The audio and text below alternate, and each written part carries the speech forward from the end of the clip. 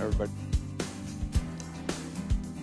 Okay, if everybody would have a seat, I will now call to order the meeting of the Omaha Planning Board. The Planning Board members that are here today are David Rosacker, Michael Pate, Patrick Morse, Christine Carnes, Vice Chair, and I am Greg Rosenbaum, Chairman.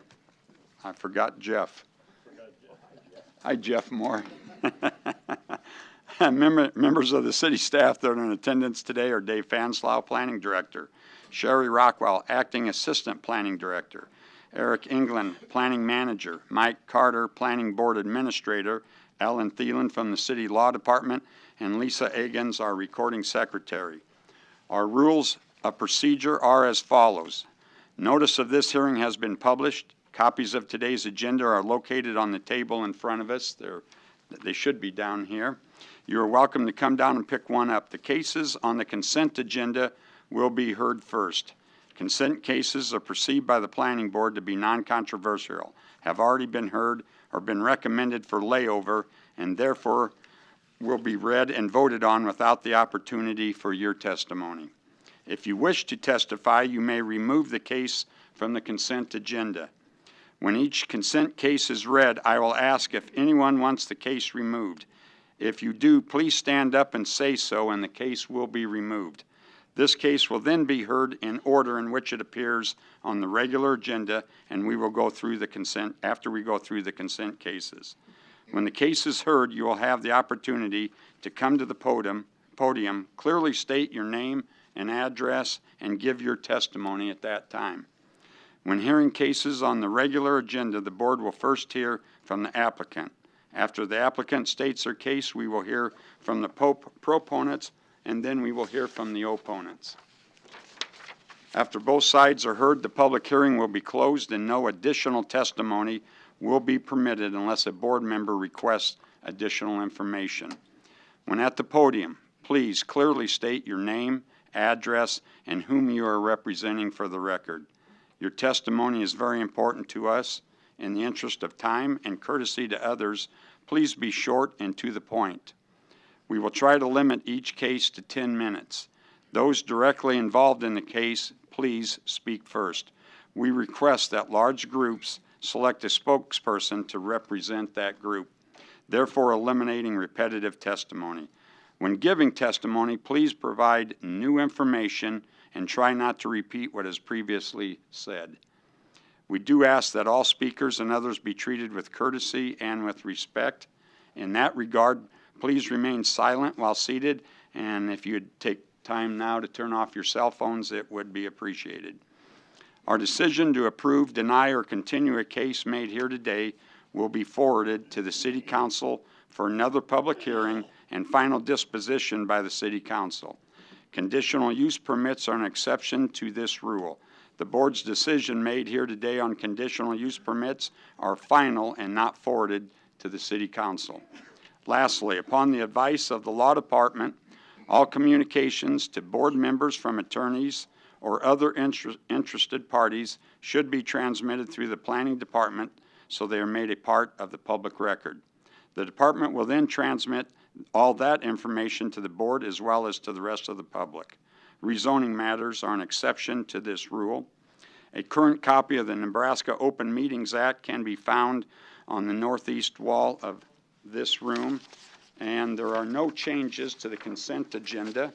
But before I get started on the consent agenda, I'm going to turn the meeting over to Dave Fanslau for a few words. Dave? Yep. Thanks, Greg.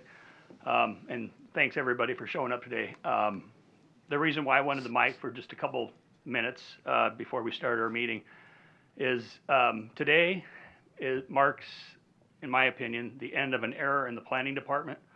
And that is Sherry Rockwell, who has been an assistant director for the department for a number of years. This will be her last planning board meeting. Sherry retired, help me out, Sherry, a year and a half ago or so. And I guess I was lucky enough to be able to convince Sherry to, after her official retirement from the city, to stay on with the city and to continue to not only help me as the planning director and the other staff in the department, but to continue to serve the citizens of Omaha. So I thank you for that, Sherry, very much. I truly don't believe that I'm in this position and as successful as I can be in this position without your help through all the years, and I appreciate that a lot. Sherry was a very loyal City of Omaha, is, and until next Wednesday will be a very loyal city. She's not going to leave that. I'm not letting her leave that early. So Sherry has, again, worked for the city for nearly 30 years, and I truly believe that every decision Sherry made throughout her career was for what was best for the citizens of Omaha. Might not always been the most popular decision, might not would have what people wanted to hear, but it was always with the best interests of the citizens in mind, and I applaud you for that, Sherry. That's very, very noble. I will miss you. I know you were ready to go probably about 6 or 7 months ago, and then my timetable changed a little bit, and Sherry stuck around probably longer than she wanted to, but like I said, I needed her a little bit more professionally and personally, and I appreciate it very, very much. I'll miss seeing you every day. I'll miss your friendship. I'll miss your guidance, and I'll miss your professionalism. And so thank you very much for the years that you gave the City of Omaha.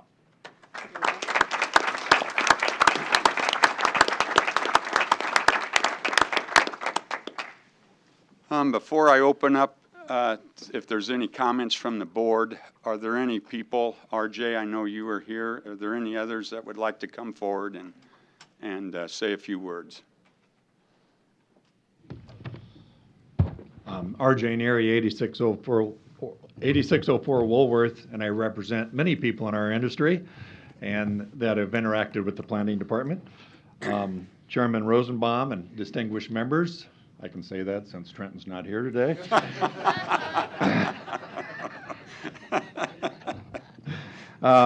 Sherry, no last name needed. I was telling somebody out in the hall, and they said, no last names needed. Thank you for your service. You've been very helpful to me and many others. You've been very knowledgeable. You've been here a long, long time and a team player, and you really made things work. When I mentioned this morning at the sales meeting that you were retiring and not be here, people said, it was wow, she was really great. She was good. She was there for 25 years or more. So we all think it's a big loss. But you, as Dave said, you've been a true public servant. You've served the citizens in Omaha very well, and we thank you for it. Don't hide out in Underwood. Come see the city that you helped plan and build, and come see us. Thank you.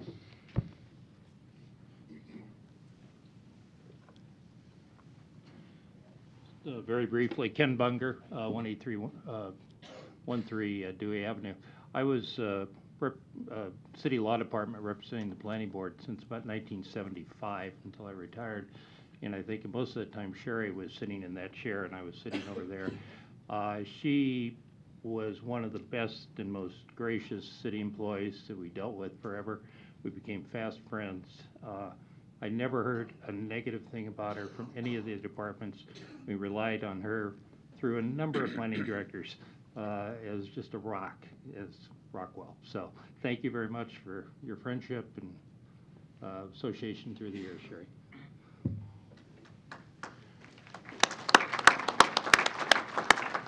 Is there anyone else that wanted to speak? Greg, I'll just say a little thing. Okay. For working with Sherry in current planning division my entire career here, and for all the individuals that have worked with Sherry and just been a great impact on us in helping train, helping develop us professionally. Words can't express the gratitude and the amount of experience and assistance that she's been able to provide to me and to other staff as well. So thank you. I'll just start off for the board. When I was appointed to the board, Sherry was the first person I met upstairs when they started handing me all the information here. I found out pretty rapidly that she was, sorry Dave, if not the most knowledgeable person in the department, she's one of the most knowledgeable people that work here for the city. One of the best things I can say about Sherry, well, there's a lot of good things, but one of the best things is she tries to treat everybody that is an applicant that comes in front of the board and the planning department as an equal. She tries her best to apply the planning department's regulations and zoning requirements and everything else evenly across the board, and she does her best to do that each and every day that I've been around here. Thank you. Anyone else wish to?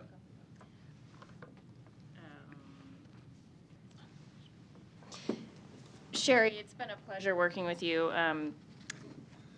When I started on the board, again, you were one of the first people that I met and gave me all the information, and you were always patient and willing to answer all of my questions, and there were many of them. And still do. Upstairs in the pre-meeting, you were doing that again. You are always the voice of reason and a calm, like Greg said, very impartial voice that tries to equally and fairly enforce the city's rules, and I have appreciated that. And you've been an invaluable wealth of information to all of us, and we will miss you. And on a personal note, I hope you have a wonderful retirement because you've earned it. And have fun in your travels.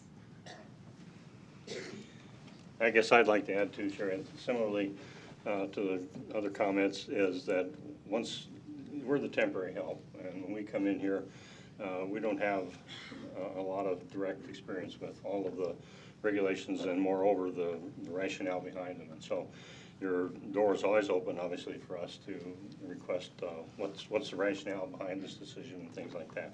And so for the consistent guidance that you've given to us, I thank you very much, and of course for the friendship over this time. You should best. Sherry, I've been on the planning board for about 2 years now. I got to meet you about 2 years ago for the first time, as the others did as well. And as Director Fanslaw mentioned, one thing I learned really early on in my role here as a planning board member is how you have taken the best interest of the citizens of this city at heart, no matter what the issue is, and that's admirable, because there's a lot of times where people in your position can waver in your thoughts and your beliefs and whatever it is, but you haven't done that, and I, as a board member, really appreciate that very, very much.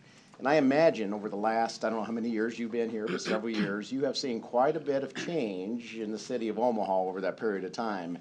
And for you in the audience, just think about that. Over the last 30 years, how many projects have come across the planning department's area here for Sherry and others to look at? And she's been instrumental, and as others have as well, in making sure that this city is moving forward in the right direction. And for that, and on behalf of the citizens, I really want to thank you very much for all of your years of service and everything you've done, and I wish you nothing but the best in your retirement. Thank you. Well, Sherry, I've been on about 2.5 years, and I just want to say thank you for your patience with me, your understanding, and kind of training me as I go along, because Lord knows I needed it. So thank you for all that. Thank you for the years of service in Omaha. And I'll need your personal email address so that when I have a problem with the case, I can contact you. Best luck in retirement. Thank you. Sherry, I joined the board last February, and when I came on, they pointed out your office, said, oh, that's Sherry Rockwell's office, but she's retired now, so you probably won't see her that often. You've been to every single meeting since I've been here, so I appreciate that, and you've just been a great resource and a wealth of knowledge, and we're certainly not perfect, but when we make mistakes, you've done a good job of explaining how we could do better, and just appreciate that guidance that you've shared.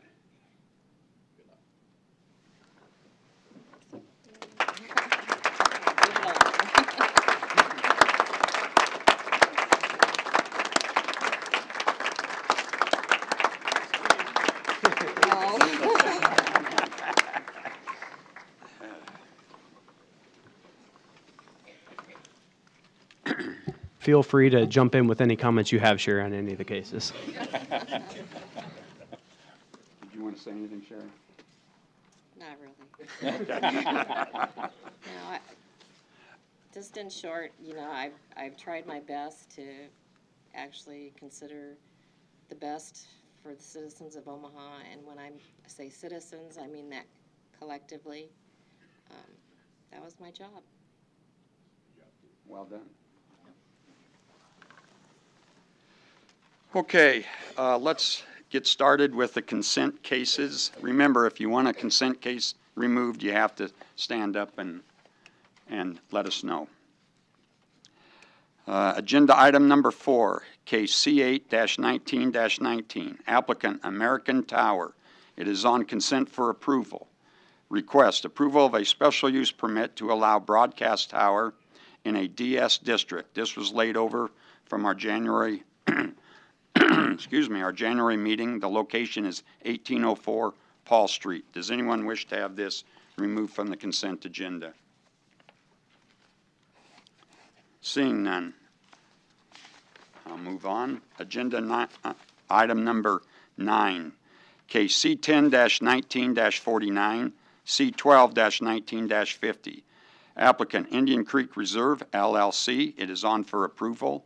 Request preliminary and final plat approval of Indian Creek Preserve, a minor plat outside the city limits with the waiver to section 5399 sidewalks, along with rezoning from AG, R1, and R4 to R4.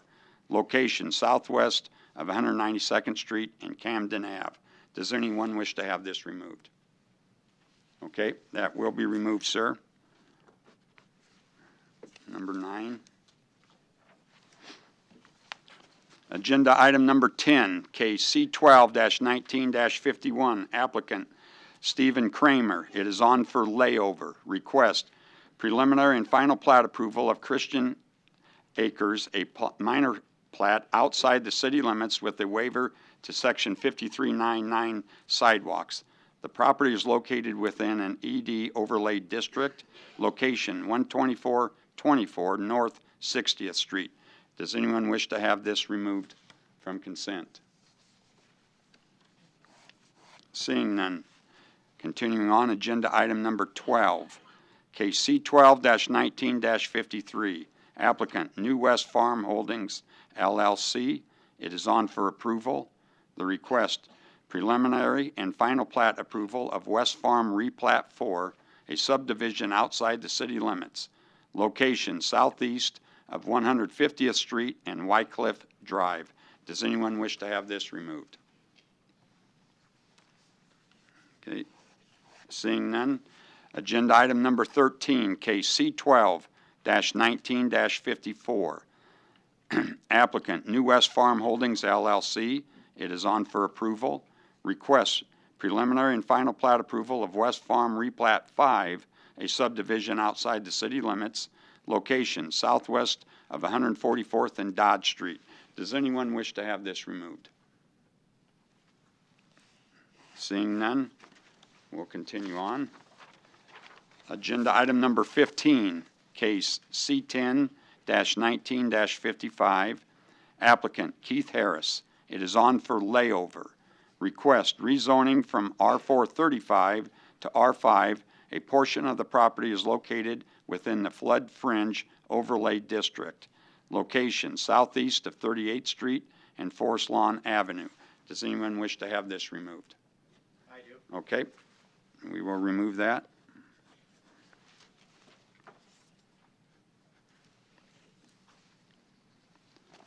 Agenda item number 6. Question, Greg.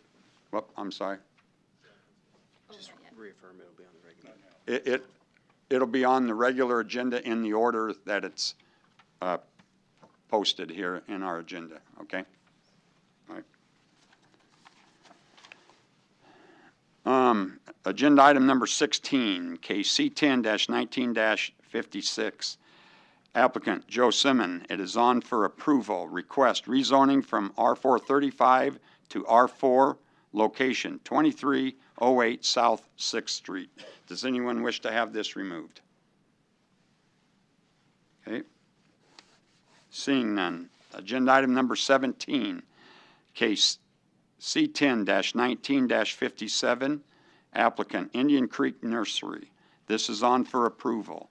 The request, rezoning from R3 and GC to GC, along with approval of the MCC Overlay District. Location, northeast of Saddle Creek Road and Wakely Street. Does anyone wish to have this removed? Okay, we'll remove it, sir.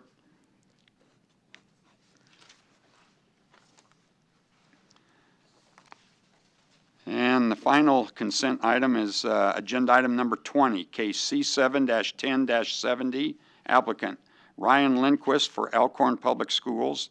It is on for approval. Request approval of a major amendment to the conditional use permit to allow secondary educational facilities in the DR district. Location 1401 Veterans Drive. Does anyone wish to have this removed from the consent agenda?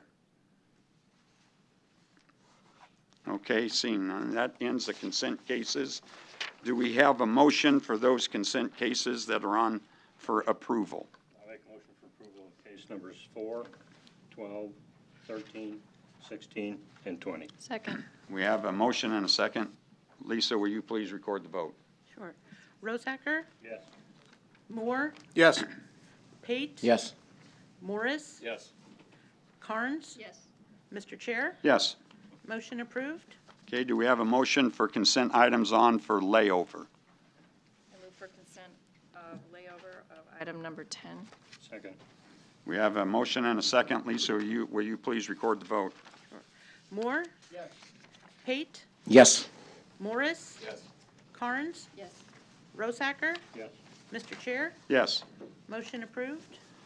Okay, those are the consent cases. If your case was here today on a consent and you didn't pull it off, that case is done for the day. There'll be no further action taken here. You can stay, you can stick around. Gets a little boring, but you're welcome to stick around. So, all right, we're going to move on to the first two items that are administrative meeting only, meaning there will be no opportunity for public testimony. Agenda item number 1. Case C10-18-219, C12-18-220. Applicant 20535 Fort LLC. Request final plat approval of Vistantia, a subdivision outside the city limits with a rezoning from AG to DR, R4 and R5. Location northwest of 204th and 4th Street. Eric, may we hear from the city, please? Sure. The final plat was laid over by Planning Board at its January meeting, which at the same meeting, the revised preliminary plat was approved. So the final plat has come back for review, which contains approximately 125 acres and is being platted into 300 single-family residential lots, 246 of which are regular detached, and then 54 single-family attached dwelling units, as well as 9 outlots for open space and drainage purposes. The applicant has adequately addressed most items. We do need finalization of an acceptable tree mitigation plan and wetlands mitigation plan, as well as an acceptable subdivision agreement before proceeding to City Council. But staff is recommending approval of the rezoning from AG to DR, R4, and R5, and approval of the final plat subject to addressing the conditions of revised preliminary plat approval and submittal of a final acceptable subdivision agreement prior to City Council. Any questions, comments from the board? Do we have a motion? I motion for approval of the rezoning from AG to DR, R4, and R5, and approval of the final plat subject to addressing the conditions of the revised preliminary plat approval and submittal of a final acceptable subdivision agreement prior to forwarding this request to the City Council. Second. We have a motion and a second. Lisa, will you please record the vote? Pate? Yes. Morris? Yes. Carnes? Yes. Rosacker? Yes. Moore? Yes. Pate? Yes. Voted once. Motion approved. You didn't get my vote, Lisa. Mr. Chair? Yes. Okay. Okay, agenda item number 2, case C10-18-17, C12-18-18. Applicant, AVG-CFM 204th Q LLC, care of JF Carter. Request, final plat approval of Coventry North, lots 2 through 11, and outlots A and B, a subdivision outside the city limits with rezoning from AG and MU to DR and MU. This was laid over from our March meeting. Location, southwest of 204th and Q Streets. Eric, may we hear from the city? Sure. So the March meeting, Planning Board recommended layover to allow the applicant to meet with city staff regarding the requirement for increased right-of-way widths to accommodate mixed-use code requirements, as well as the orientation and layout of one of the 10 commercial lots. The development team has met with city staff and submitted revised plans that are acceptable to the city. We are recommending approval of the rezoning from AG and MU to DR and MU, subject to submittal of an acceptable minor amendment to the mixed-use development agreement, and approval of the final plat subject to submittal of a final acceptable subdivision agreement prior to city council. Okay, any questions, comments? Do we have a motion? I move approval of the rezoning from AG and MU to DR and MU, subject to a submittal of an acceptable minor amendment to the mixed-use development agreement and approval of the final plat, subject to the submittal of a final acceptable subdivision agreement prior to forwarding on to city council. Second. We have a motion and a second. Lisa, will you record the vote? Morris, Yes. Carnes, Yes. Rosacker, Yes. Moore, Yes. Pate, Yes. Mr. Chair, Yes. motion approved. Okay, we're going to take agenda items 3 and 7 together. Agenda item number 3, case C11-19-36, applicant BHC Roads. Request approval of a PR plan unit redevelopment overlay district. This was laid over from our March meeting. Location, southwest of 46th and Dodge Street. And agenda item number 7, case C10-74-179, C10-19-37, C12-19-38, applicant BHC Roads. Excuse me.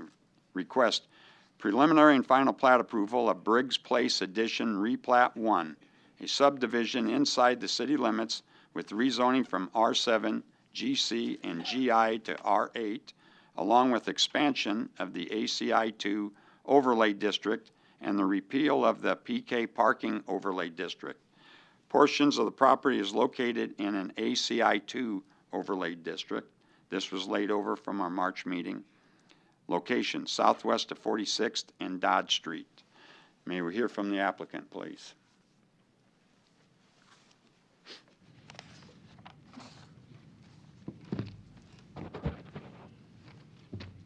Good afternoon. My name's Ken Bunger again. It's at 18313 Dewey Avenue. I'm an attorney representing the applicant. The applicant, Gary Hausenflew, is here, and his architect. They're both from Kansas City.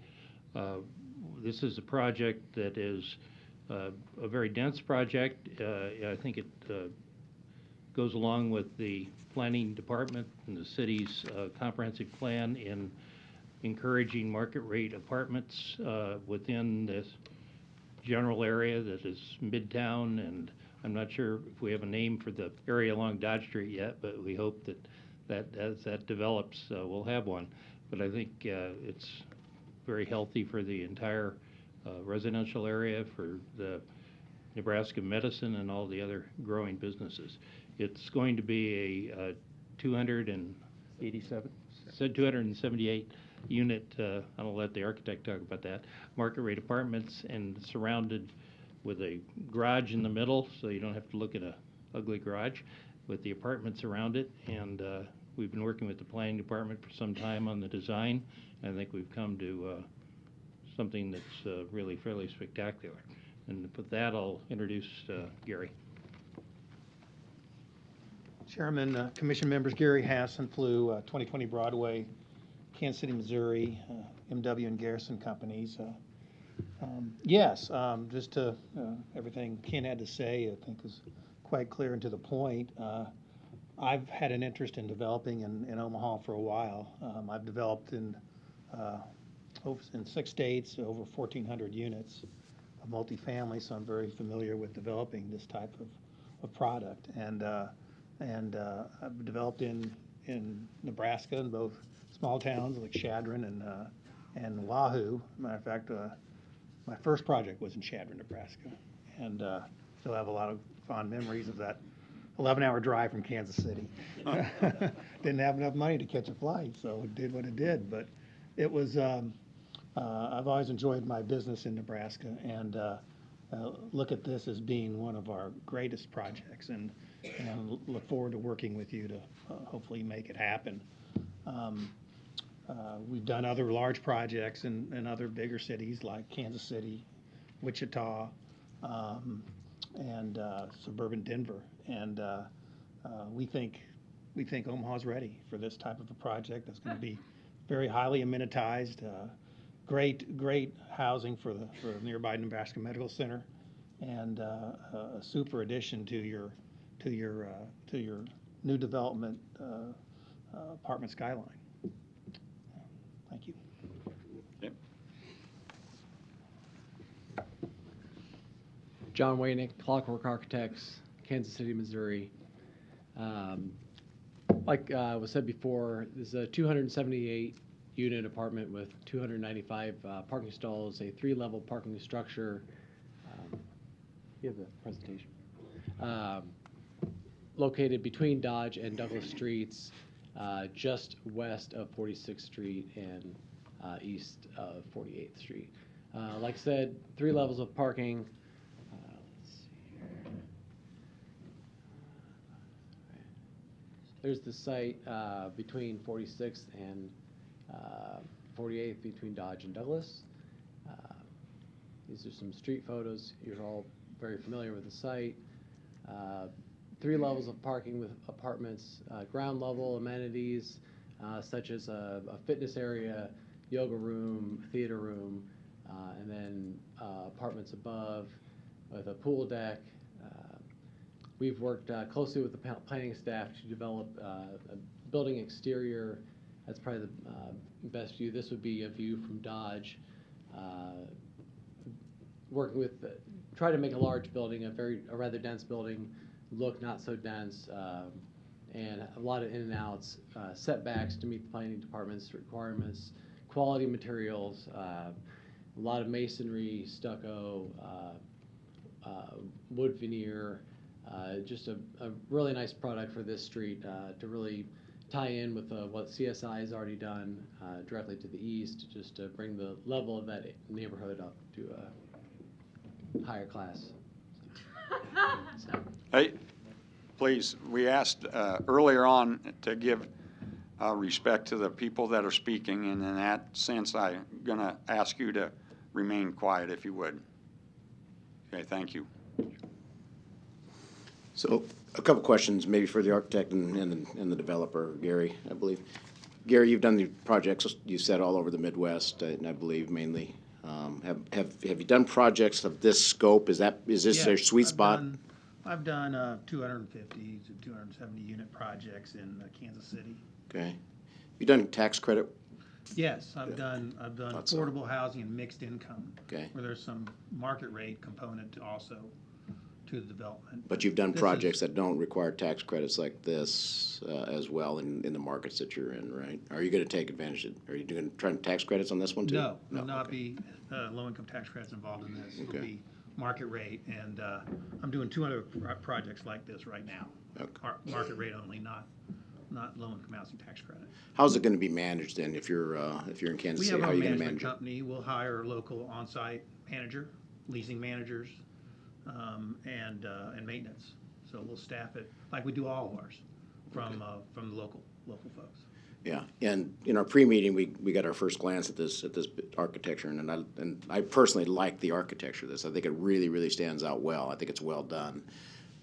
Primarily going to be masonry. I see a lot of glass too. I assume you're going to still incorporate a lot of glass, and I assume you're going to adhere to these materials in your design, not only your design but your building as well as you go into this. Have you already done value engineering, or are you going to consider doing value engineering on this?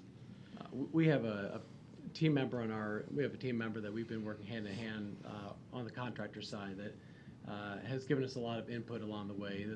This process has been going on for about 9 months, where we trade design schemes back and forth and constantly getting updates on pricing. So it's working hand in hand to come up with a design that meets the budget and also meets the city's criteria for their design guidelines. Yeah, because obviously this is going to be a high-profile, very visible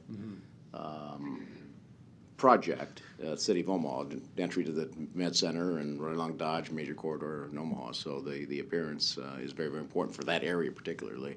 Sure. So I applaud you for the design work that you did on this, because I think it looks really, really nice. So Thank you. best of luck. We will be using the local labor, local Yeah, construction. I was going to ask that too. Okay, good. Thank you. Any other questions? I just want to make a similar comment from the last time we saw it. This is an improvement. I think it's much more appealing to the eye than the last version, so thank you. Sure. Thank you. Okay. Any additional questions? Are there any other proponents that wish to speak? All right. Are there any opponents that wish to speak? Come forward, give your name and address.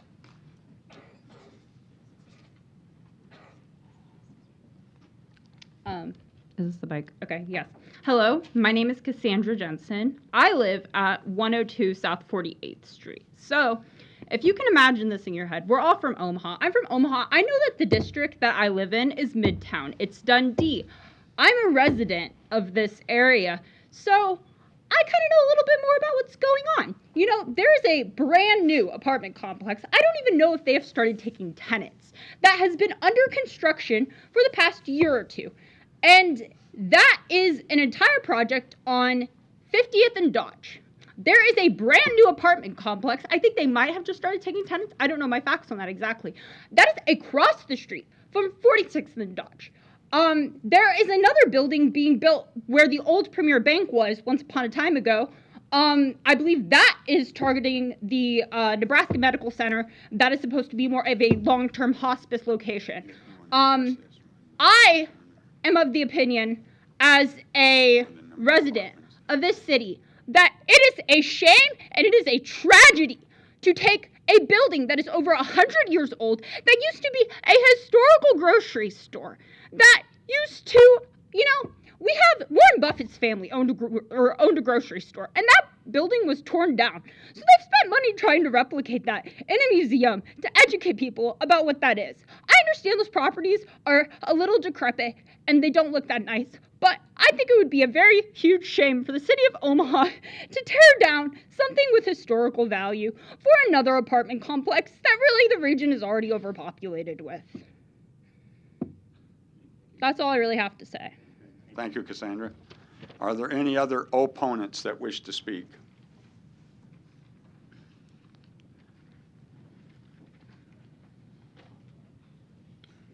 Hello, my name is Nels Erickson. I live at 4817 Davenport, and I represent the Lincoln Highway. In the United States, Lincoln Highway goes from New York to San Francisco. It's considered a National Historic Landmark. Anything having to do with petrol, repair garages, automobilia should be considered part of the Lincoln Highway. The Jensen service station was the last thing that it is. Was originally Ross and Kelly's garage in 1925, and then it was owned by Updike. It was a repair shop for Updike, and Nelson B. Updike is one of our, one of the most famous people from Nebraska that people don't remember. But at one time, he owned several hundred grain elevators. He bought the Omaha Bee from Rosewater, so he actually owned the Daily News and the Omaha Bee. He would write, the letters to the President of the United States, get responses back, and they would change laws for Nelson B. Updike. So, very famous Nebraska person.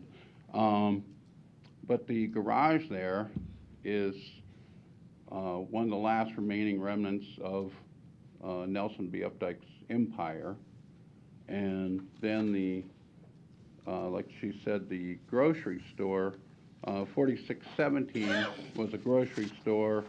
Edward Stanley, back in the, both these were in the 20s and 30s. And then if those two could be incorporated in the design like they do in other cities.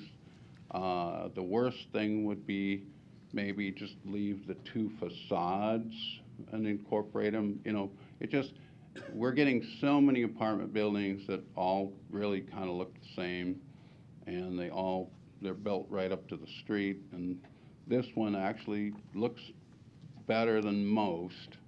A lot of them look like prisons. I mean, so they're pretty awful. So I'm here to represent Lincoln Highway. It's anything to do with history, like an automotive repair shop, should be considered a historic building. Okay, thank you, Nels. Thank you. Any questions? I don't think so. Nope. Thank you very much. Any others that our opponents wish to speak? Hi, my name is Alex O'Hanlon. Currently the president of the Saddle Creek Corridor Neighborhood Association. Need your address, please. Oh, 3010 Lincoln Boulevard. Okay. So this new development is going to be built within the boundaries of the Saddle Creek Corridor Neighborhood Association. And I just want to state that the Neighborhood Association welcomes dense infill development, the evolution of our neighborhood, and the future Orbit Transit line. However, we take issue with some elements of this development as currently presented and are requesting that the Planning Board hold off or lay over the approval of rezoning until these issues are addressed. It's our hope that developments like this will add to the growth of our neighborhood, reinforce our diversity, and help to create and promote alternative transportation options throughout the Midtown area. Because this development is requesting TIF funding, we think that it is appropriate and important for the developer and the city to listen to the neighborhood's feedback as we move forward with this design. I know that this isn't the TIF hearing, and from what I understand, that's in June. Probably be there too. But this TIF funding that they're receiving is a subsidy for the architect and engineering fees and development costs and purchase costs, amongst other things. Most of all, TIF funding is a contract with the city, the people of Omaha, and my neighborhood. What we approve today will have an impact on us all for many years to come. So I'm here to ask 4 things from this developer and of this project. 1, we'd like to see more realistic renderings.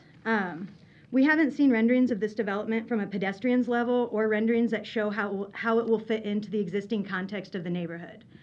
The developer owes it to the neighborhoods and the people of Omaha because of its prominent site along Dodge Street and the area of civic importance designation. The images and explanations we have seen so far do not tell us what the story of this large, imposing building will be for us. Good architecture and well-planned buildings can tell a wonderful story when designed and planned right. The developer needs to place this building to scale on this site, as we will see it every day driving up Dodge Street, walking, or living across the street from it. We need to understand and see the scale, mass, form, materials, and how it fits into the context of our neighborhood and city.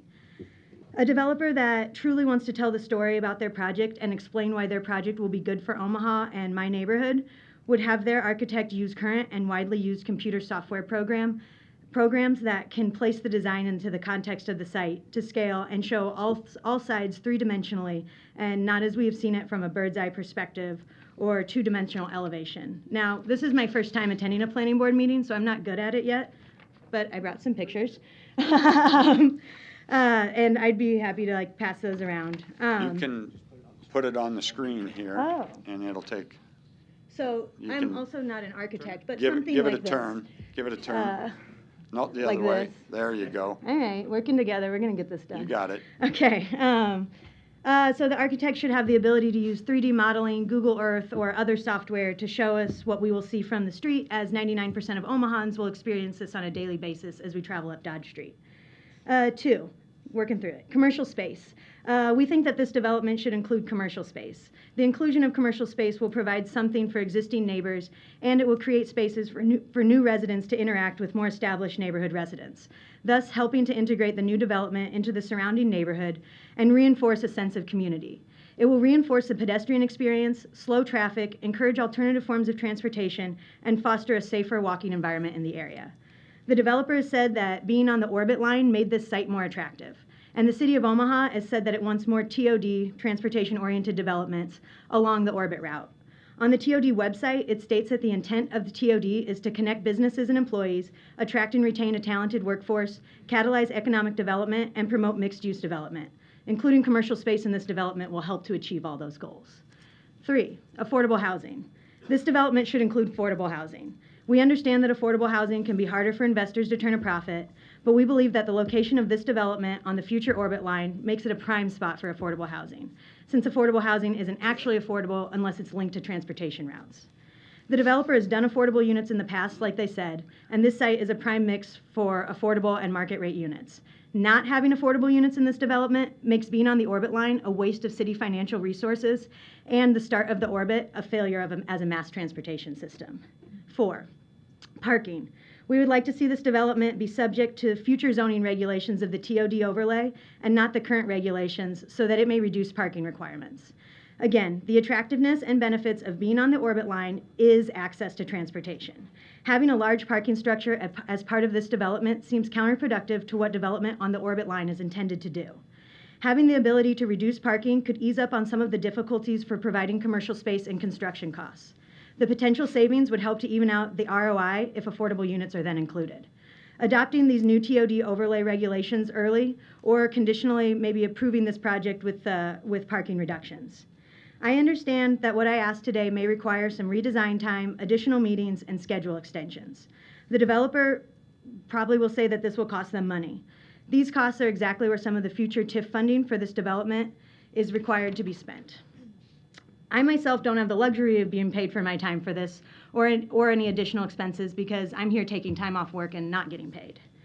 What we approve here today, we will all have to live with, justify to future generations, explain to visitors to Omaha, and most of all, experience as we travel along Dodge Street for years to come. I guess the question is, does this development want to be the first of a new era or the last of an old one?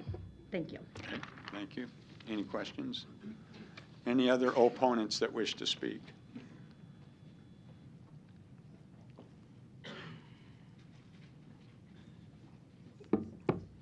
Yes. Jessica Foreman, and I'm at 4620 Wakely Street. I'm a member also of Saddle Creek Corridor Neighborhood Association, and as has been mentioned, we recently have welcomed 2 new luxury apartment units to the neighborhood. That includes the Duke and the Dundee Flats, and so this would be the third apartment building going in that's marketed towards high-income earners. I understand that there's an economic incentive for the city and developers, but as a resident, I know that there's also additional social and economic costs worth considering. I'm a student right now at UNO, and I depend on the affordability of the apartments in this area, and I'd be delighted to stay and work here after I graduate. Unfortunately, as these new luxury apartments go in, values of the surrounding lots are going up, and the stock of affordable and market rate units are not being replaced. So people like myself end up spending more money than we can afford on rents. This has other economic implications, such as being less able to spend money at local businesses, less opportunity to invest money, and less opportunity to start new businesses. Luxury developments like this one do impact the residents that live in the area, even if they aren't directly displaced. So, for example, a friend that lived on Cass Street had to move about 8 months ago. Their rent had gone up by $50 per month, and so he moved him and his family out of the neighborhood. Another case where 3 residents moved out of an apartment building in our neighborhood, rent was going up from $525 to $750, and all of these residents feel like this was influenced by the development of the Duke luxury apartment buildings nearby. So these luxury apartments are going in, and they're pushing out in some cases, some of the lower and middle income renters, and we don't have any affordable or mixed income housing taking its place. So I think it would be good of the city to consider pushing towards and encouraging developers to build residential space that includes affordable and mixed income. So I encourage the city of Omaha to consider postponing the approval of these plans until the developer has further considered the concerns of residents. One reason the city might benefit from postponing and encouraging the developer to incorporate some affordable and market rate units is that having reliable housing options will do a lot to attract and retain young people. As a young person myself, I'm considering moving out of Omaha because the rents cost as much here as they do in other big cities, or they're beginning to cost as much as they do in other big cities, and there's not as much stock for more affordable housing. Developments like this are designed for med school students, not public university students like myself, who, and it displaces us in some cases. So additionally, this is an area of civic importance, which leads me to believe that the city should be pushing for the highest and best use for this space. This includes ensuring that the areas remain walkable, offering commercial space, and supporting density. Of course, it does support density, which we appreciate, but if we could encourage the developer to be intentional about incorporating commercial space, more walkability, things like this, then that would be maybe a better use of this historic or civic importance designation, and also the R8 zoning, which is leads me to think that this should really have a lot of intention behind making this the best, highest use of this space. So when the city's intentional about supporting mixed use and mixed income developments, and when they reject developments that result in gentrification of these areas, they attract the type of young people who keep these communities strong, vibrant, and innovative. And when their development strategies displace creative and free-thinking young people and long-standing, deeply rooted older residents, they lose the type of talent and culture that they're seeking to retain. So we welcome a high-density development, but we do hope that you'll consider postponing approval until the developer has shown plans that would increase the use of this space by adding features that make it more compatible with the surrounding neighborhood, which right now is a mixed-income, diverse neighborhood. Thanks. Okay. Any questions? Any other opponents that wish to speak? Can I see a show of hands? Are there any others that are going to speak on this?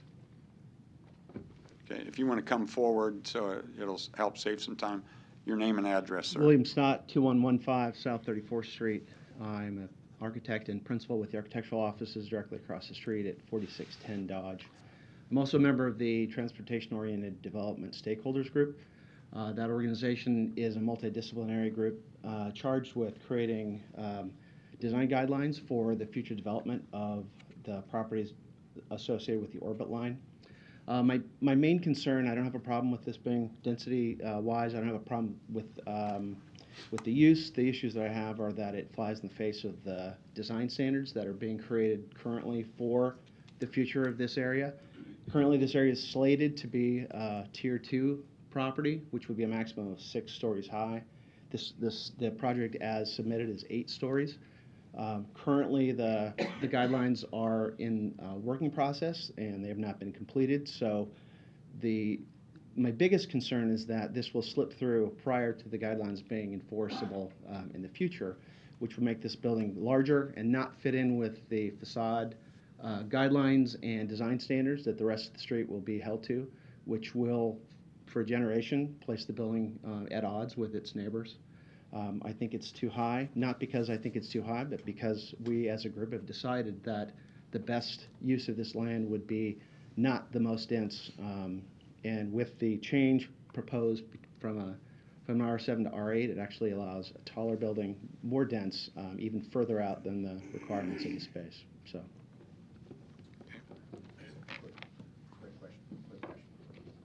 My mic to work here. You mentioned that you were part of an organized group that's working on the design standards. One of the things that we're developing are design standards for all the properties that are along the orbit line. Who's that going to be managed through? Whose design standards are these? Are these the city design standards? Yeah, Are they your design standards? Creating a new overlay district for that's specific to the transportation corridor. Yeah, and perhaps the city can comment on that because I'm not familiar with that. William's part of a group that the city is leading the efforts in reviewing potential regulations regarding the TOD overlay. Okay. And I could touch more on it when I go over the case. Yeah, that'd be great. Thank you. All right, thank you. Thank you.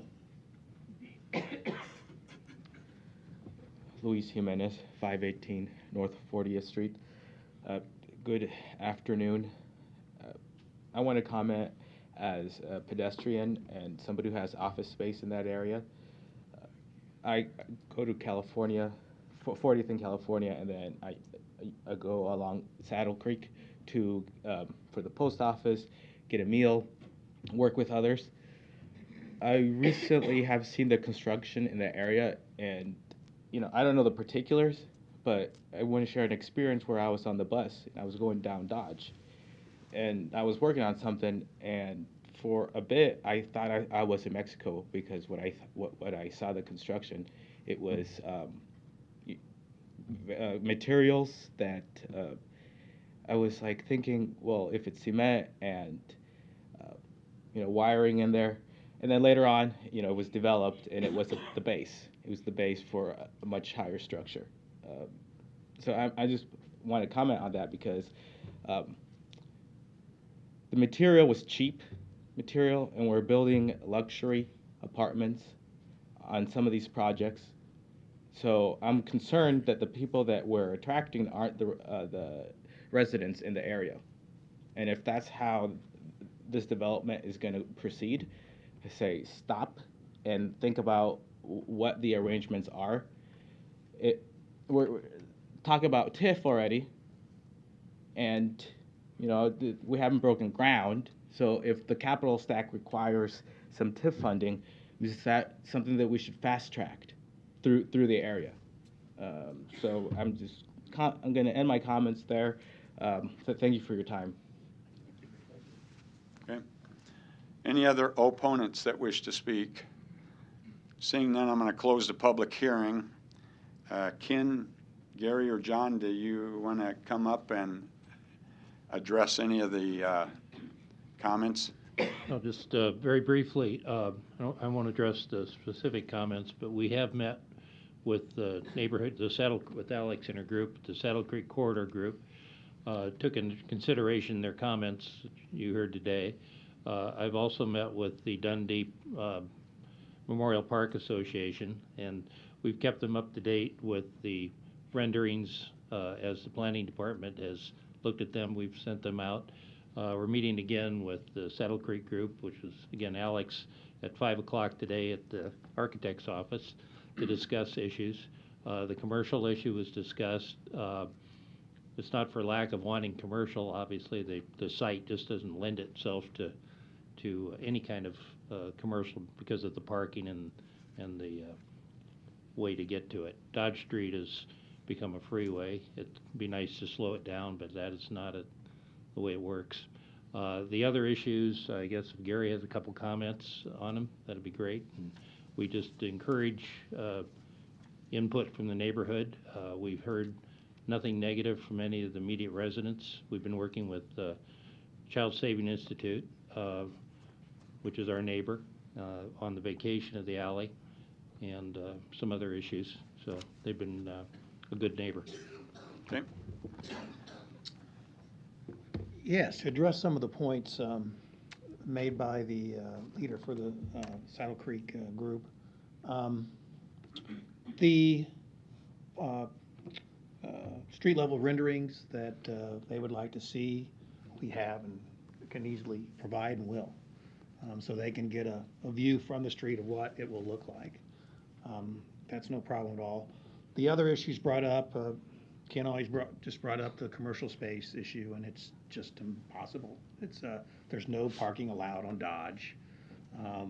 The project has to have sufficient density and which requires a certain amount of parking, and we all know commercial space requires a lot more parking.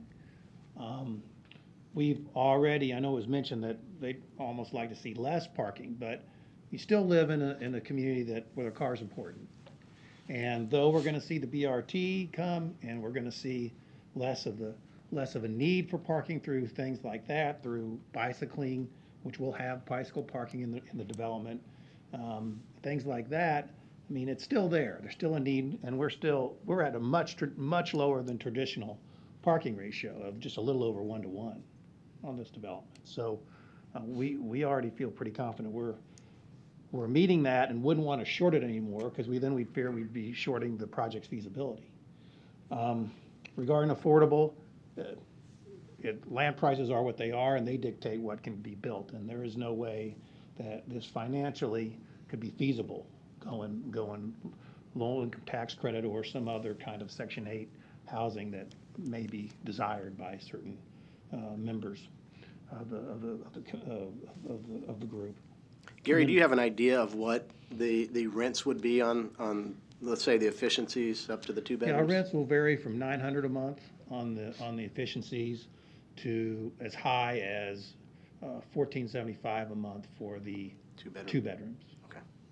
And then ones would be in between. Okay, thank you. Yeah, yeah. And so I don't think I have anything else. John, do you have anything you'd like to address? There was one question about the materials. That's something that we've worked closely with the planning department, and really kudos to the planning department to push us to take it a step further. So we really have taken the design of this building up a notch, and really, I don't believe you'll ever have a feeling like you're walking in a less desirable neighborhood, or that I think this will really feel like a high-class establishment. What did you say the primary structure is? A cast concrete thing? The base level is concrete, which is clad in masonry, and then above it is light gauge metal framing, so it'll have a mix of masonry, glass, stucco, but really down at the pedestrian level, a lot of glass and a lot of masonry. Gary, for you, I assume you've done some market research? Yes. To make sure that this is feasible here? I have. What did that show? What were the demographics results of that? I mean, It showed there's demand. It shows that it could be built and leased within the parameters we require for the level of return we got to give to our investors. So it was positive. It showed it amongst the comparables shown were a number of the projects in the area that are up or going up, include the Duke, that include the Dundee Flats, that include the Blackstone multifamily projects. So, and it had neither, it didn't have the highest rent or the lowest rent of all those. I listen to your rents, and your rents are market rents in this town. They're not luxury rents by any means. Been to other big cities, bigger cities, smaller cities, and rents are actually a little bit higher in most markets than that. So in this market, those are market rents, so I don't Yeah, seem like they're out and a of line. one bedroom, if it leases at $1,300, $1,200, $1,300 a month, and you want to get. Uh-huh. And the mix, would be of the bedroom, of the unit types would be 50% studios. So great number of the units will be the lowest price point units. 35% ones and 15% twos. And if somebody wanted to grab a roommate and get a 2-bedroom, we're still only talking about $700 a month each if you want to split a unit. So I think that's pretty affordable. And one final question for you. Have you acquired all the property you need to get this project off the ground? We have secured via contract all the property we need for the development. Just haven't closed on them? Correct. Okay. When do you anticipate doing that? Well, as soon as we can get through this process and then get an appraisal done and design drawing, so probably July. Okay. Thank you. Okay, thank you. Any additional questions? Okay. Do you want to do 3 and 7, or do you want to just comment on 3 and take a motion and a vote on that, and then do 7? I could probably give comments for both of them both of them, combined, okay. and then give a recommendation for 3 and then a recommendation for 7. One thing, if you can address, one comment from the opponents were the number of apartments that are coming online and what the city's position is on those. So. Sure. I'd also like to hear about William that had talked about the design standards, the future design standards, and how this fits in or might not fit in. Okay. Yeah, there have been some recent apartment projects in the area. They were mentioned, Dundee Flats as well as the Duke. Duke is just north of Dodge, a little bit west of Saddle Creek, I believe on 46, I think it's 46th Street. And then Dundee Flats is just a little bit further west, closer to 49th Street. At that 49th Street in front of Dundee Flats is where the proposed BRT station would be located. I don't know I don't recall the specific number of units for each of those projects. Dundee Flats was smaller. It's all located north of this east-west alley, whereas this project goes all the way to Douglas Street. The Duke was larger, much larger area. So that one probably similar in size to this one as far as the unit count, but I don't recall those exact numbers. You know, we all know what Dodge Street is. It's a very important transportation, office, commercial, residential corridor from downtown to West Omaha. Considering the expenditures and the investment being made into the BRT, which comes on board next year, the city views it as essential for investment to occur along this corridor and as it spreads out from Dodge Street in both directions. That being said, yes, staff is going through a lot of research, holding a lot of public meetings, a lot of internal meetings about how to best maximize the potential of the orbit system. That being said, we are currently in the review stages. We have an internal staff review that we meet. We have a stakeholder group that William has mentioned he's a part of. These would be area HOA presidents, representatives from neighborhoods, real estate investors, architects, just a wide group, you know, that have interest along this corridor, which, you know, basically stretches from downtown to West Road. So it is a large area that we are looking at.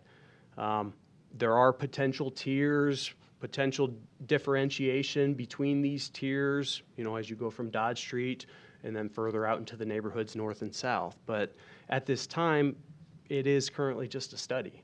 You know, ultimately, we would have to bring recommendations of changes to the master plan, potentially the zoning code before the planning board and ultimately the city council. So, you know, I can't specifically state if we'll end up in the different tier systems or what those specific tiers would look like as far as specific regulations. But we are keeping those potential regulatory factors in mind when we review projects such as these that come before us. The site is located within a mixed-use boundary, which does support office, commercial, and high-density residential projects. Although we love to see mix of uses within buildings, we recognize that not every project can consist of a true mixed-use building. So we are comfortable that this does not include office commercial. You know, I think Gary pointed out, you know, the parking and, you know, the space and commercial. There are issues with, you know, parking along Dodge Street in this area will be difficult. So ultimately, City Council approves a project such as this with the PUR. We have been involved numerous meetings and phone calls and correspondence with the development team. There have been a lot of changes. We believe it's come a long ways and is a great improvement. With the PUR system, the plans, if there are plans that are approved by City Council, who ultimately has the deciding or the final decision, we will hold the development team to those specific PUR plans. So if there are modifications that they want to do regarding building materials or layout, you know, we would have to look at that. And if they're major enough, it would have to come back through Planning Board and City Council. So, you know, we don't want just an image that's portrayed out there and you know, it's dreamland and not going to be built that way. That's not our expectation. So we have high expectations with the PUR process and holding developers to that. I don't think I have any other, did I answer most of your questions there? I don't think I have much else that I need to point out. Ken did mention the need of vacation of the remainder of the alley to the east of their site to 46th Street. So there are a couple options that they can do with that, and they'll continue to coordinate with the city to make sure that happens, because that would need to occur before any recording of the final plat for this project.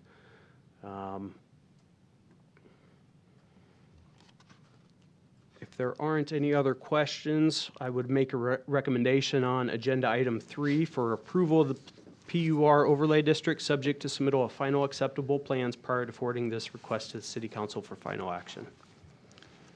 Okay, do we have a motion? I'll make a motion for approval of PUR, or planned urban, or unit redevelopment overlay district, subject to submittal of final acceptable plans prior to forwarding the request to the City Council for final action. Second. We have a motion and a second. Lisa, will you please record the vote? Carnes? Yes. Rosacker? Yes. Moore? Yes. Pate? Yes. Morris? Yes. Mr. Chair, Yes. motion approved. Agenda item number 7. So on item, number 7, there's a small portion within the site that has a PK parking overlay district dating back to the mid-1970s. So the first recommendation is approval of the repeal of the PK overlay district, approval of the rezoning from R7, GC, and GI to R8, along with expansion of the ACI2 overlay district subject to a final acceptable PUR overlay district plan, approval of the preliminary plat subject to the 9 conditions in the recommendation report, and approval of the final plat subject to the conditions of preliminary plat approval and submittal of a final subdivision agreement prior to forwarding to City Council. Okay, do we have a motion? I move approval of the repeal of the PK overlay district, approval of the rezoning from R7, GC, and GI to R8, along with the expansion of the ACI2 overlay district subject to final acceptable plan unit redevelopment overlay district plan, and approval of the preliminary plat subject to the 9 conditions listed in the recommendation report, and approval of the final plat subject to the conditions of the preliminary plat approval and submittal of the final acceptable subdivision agreement prior to forwarding on to City Council. We have a motion and a second. Lisa, will you please record the vote? Pate? Yes.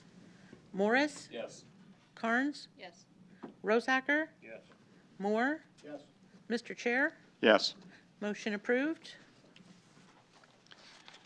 Moving on, we're going to take agenda items number 5, 6, and 11 together. I will read those cases.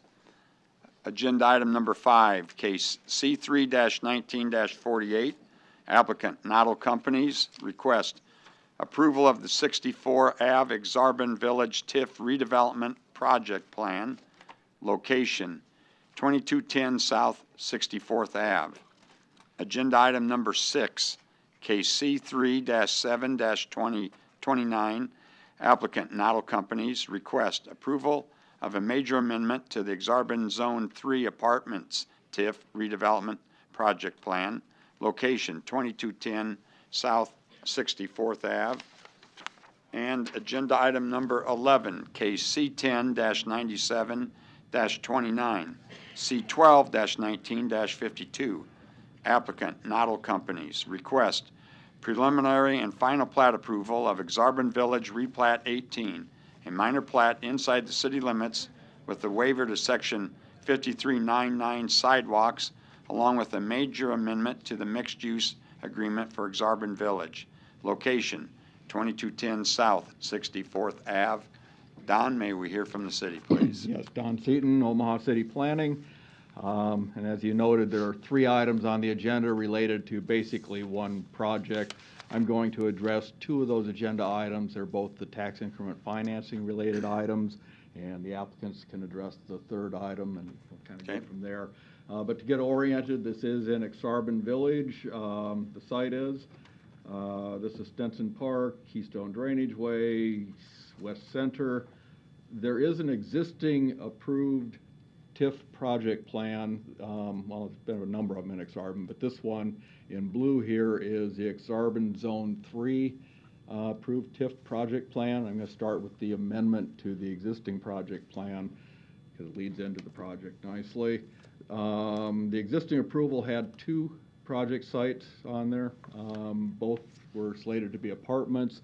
The north parcel has been developed as apartments. This amendment would remove the vacant south parcel from the Zone 3 project plan, and it would become a standalone project, a standalone TIF project. So the item on your agenda that is an amendment to the TIF project plan would redraw the boundaries of the Zone 3 TIF project and would reduce its scope. Now, for the project site itself, that kind of initiated that amendment. It's in the blue there. This is kind of on the east edge of Exarban Village. The proposal is a townhome project. It's a new construction, for sale, market rate units, total of 7 townhome units built on a vacant site Each will have a 2-stall garage. The developer is Noddle Homes 1 LLC. Total project cost is a little north of $3.1 million. They are requesting $550,114 in TIF support. This is a project that I've worked with the city on the design as well. This is a project that meets the required criteria for the city's TIF program. It's an appropriate land use for the area, and it complies with the goals of the city's master plan. I would note that the original Zone 3 Exarban TIF project, the 2 buildings were both going to be apartments. So it's still residential. It's just, they're going to be for sale units rather than an apartment development. In any event, we ask for your approval. Okay. Thank you, Don. Are there any other proponents that wish to speak?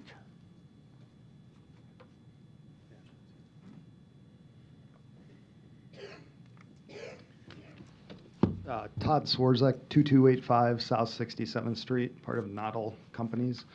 Mr. Chair, members of the board, Sherry Rockwell. Thank you. This will be the first for sale housing project in Exarban Village. There's been a lot of demand over the last couple of years. Our offices have fielded a lot of phone calls. This is a very small site. It's about 7,900 square feet. There aren't a lot of uses that can go on this site. For a number of years, an apartment developer has tried to make it work financially with an apartment building. It's just not working. That's why we were able to convince him to sell the site to us. It's a tough project to build. It's kind of a one-off. It's in between a single-family residence and a larger apartment building, so there aren't a lot of general contractors who are eager to take this on at a reasonable cost. It's also in the floodplain, so we're going to have to raise a portion of it out of the floodplain, and it affects our foundations by doing that. But we hope that it's a successful project, and I can answer any questions that you might have about it. Did I understand that you said the site is only 7,900 square feet? That's correct. So we're getting a pretty good density out of this site. With 2-car garages on the backside, which leads me to the major amendment portion of it. I believe the only issue with the previous agreement of Exarban was that we were required to have a 15-foot setback from the sidewalk. It wasn't from a property line, it was from the sidewalk. So the amendment we're seeking is to reduce that to 10 feet because we have to put a drive aisle on the back side to access the parking garages. So we're dealing with a pretty small site here. Yeah. And will you talk about that setback, Eric, when we get that setback requirement? Sure. Yeah. All right, thank you. Yeah. Todd, what do you guys anticipate selling these townhomes for? We hope to be around 400,000, which is on the higher side of the South 10th Street townhomes that are still under construction right now, and on the low side of the Midtown Crossing condos. We're about 50,000 less than what their asking prices are right now for a little bit larger unit. So we think we're in the ballpark here. Tell us how your math works. Help me anyway. You got a project that's going to cost you $3.1 million. You estimate the final valuation to be $2.8 million.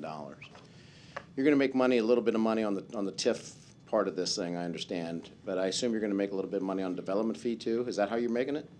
We have a very small development fee associated with it. Basically, it's the return. What we're looking at this project as being is really a Noddle Development has never done residential in the 60-year existence of the company. This will be the first residential project. So we're willing to take less of a return on this particular project as a pilot to test out our process and to find a team that we're comfortable with moving forward on any residential projects. We would like to, in the future, possibly do some larger scale projects and not just these smaller kind of a 7-unit one, but maybe scale it up a little bit. But to get that kind of initiated, we wanted to test the market first. Okay. Todd, in your market, well, go ahead. I was just going to ask, what is the developer fee? Because it's not listed here. We're kind of baking it into the return, so it's not really a percent. Okay. We don't have a client for it. It's ourselves who are doing it, so it's kind of baked into the return. If we took any development fee out of it, there'd be very little return. What do you expect the absorption period to be on this then? You're selling the units, right? We are, correct. Yeah, so what's your absorption period? Well, we are kicking off the sales on May 2nd. We hope to have the sales completed prior to at least the completion of construction, but maybe even construction beginning, which would be in August of this year. We think there's that much demand. We'll see. Are these the finished costs then, or is there still finished that the buyer has to do? No, these would be the finished costs. There are some potential buy-up options, including a rooftop deck, that is not associated with these costs. Any other questions for Todd? I think he answered it, one of the others. Okay, any other proponents that wish to speak? Okay, are there any opponents that wish to speak? Come forward, name and address. Luis Jimenez, 518 North 40th Street. I've got a map here of the area. It's from my screen, so I don't have particular information. Here, this is where they're going to develop it. I did hear the developer say that, or the project manager say that this is their first project, and I guess they're not taking a risk, or there's some risk management in the plan. I won't comment on that. What I want to comment on is that just down the street here, this is where the Exarban bus transit center is located. People wait here as they're taking the bus line. And it's, for me, it's kind of hard not to feel indignant taking the bus system when you have all this development over here. Sometimes you might have to wait 30 minutes to an hour. On Sundays, for sure, you might end up waiting in this area. I don't want to say anything past that, but I do want to put focus on this, please. Thank you. Luis, I'm not certain of the point you're trying to make, I guess. I'm not following you here. Just that you have to wait for the bus?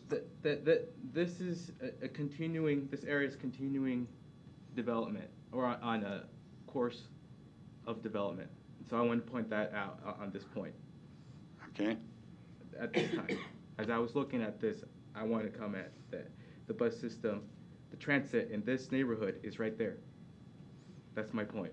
Thank you. Okay. All right. Any other opponents that wish to speak? Seeing none, I'm going to close the public hearing. Todd, did you have any additional questions? I can call you up if you, comments? I guess the only thing that I would add to this, and Luis made me think of this when his comment there, I think the best transportation is probably walkability. And with a project like this, we hope to add more walkability by the buyers of these units being able to walk to the new, maybe being employed at HDR, Pacific Life, or Blue Cross Blue Shield, and therefore avoiding any additional congestion within the village. Okay. Any questions, comments before we hear from Eric? Eric, may we hear from the city? Okay, sure. Patrick, I believe, Patrick, you had asked me about the front yard setback. Most of Exarban, almost all the development has a 0 front yard setback regarding the commercial and office buildings. There was a provision in the original agreement that called for the setback that Todd had mentioned, the 15 feet back. In order for them to bring the building closer into that front yard setback, that's part of the reason for the major amendment to the mixed-use development agreement, but it's something we're acceptable to. I mean, even if the project had a 0-foot front setback, considering the location, the area, and what's developed because of Exarban, but there was that specific provision that requires that major amendment. There is as part of the request, there is a sidewalk waiver request. I just want to touch on that a little bit. 64th Avenue, which is the fronting street, there'll be a sidewalk there. There currently is, and there will continue to be so. The access drive, the way that you access the garages for each of the units is on the west side. That's basically viewed as a driveway. That's not a public street that requires the sidewalk. So the waiver for sidewalks is not needed. So I just wanted to touch on that.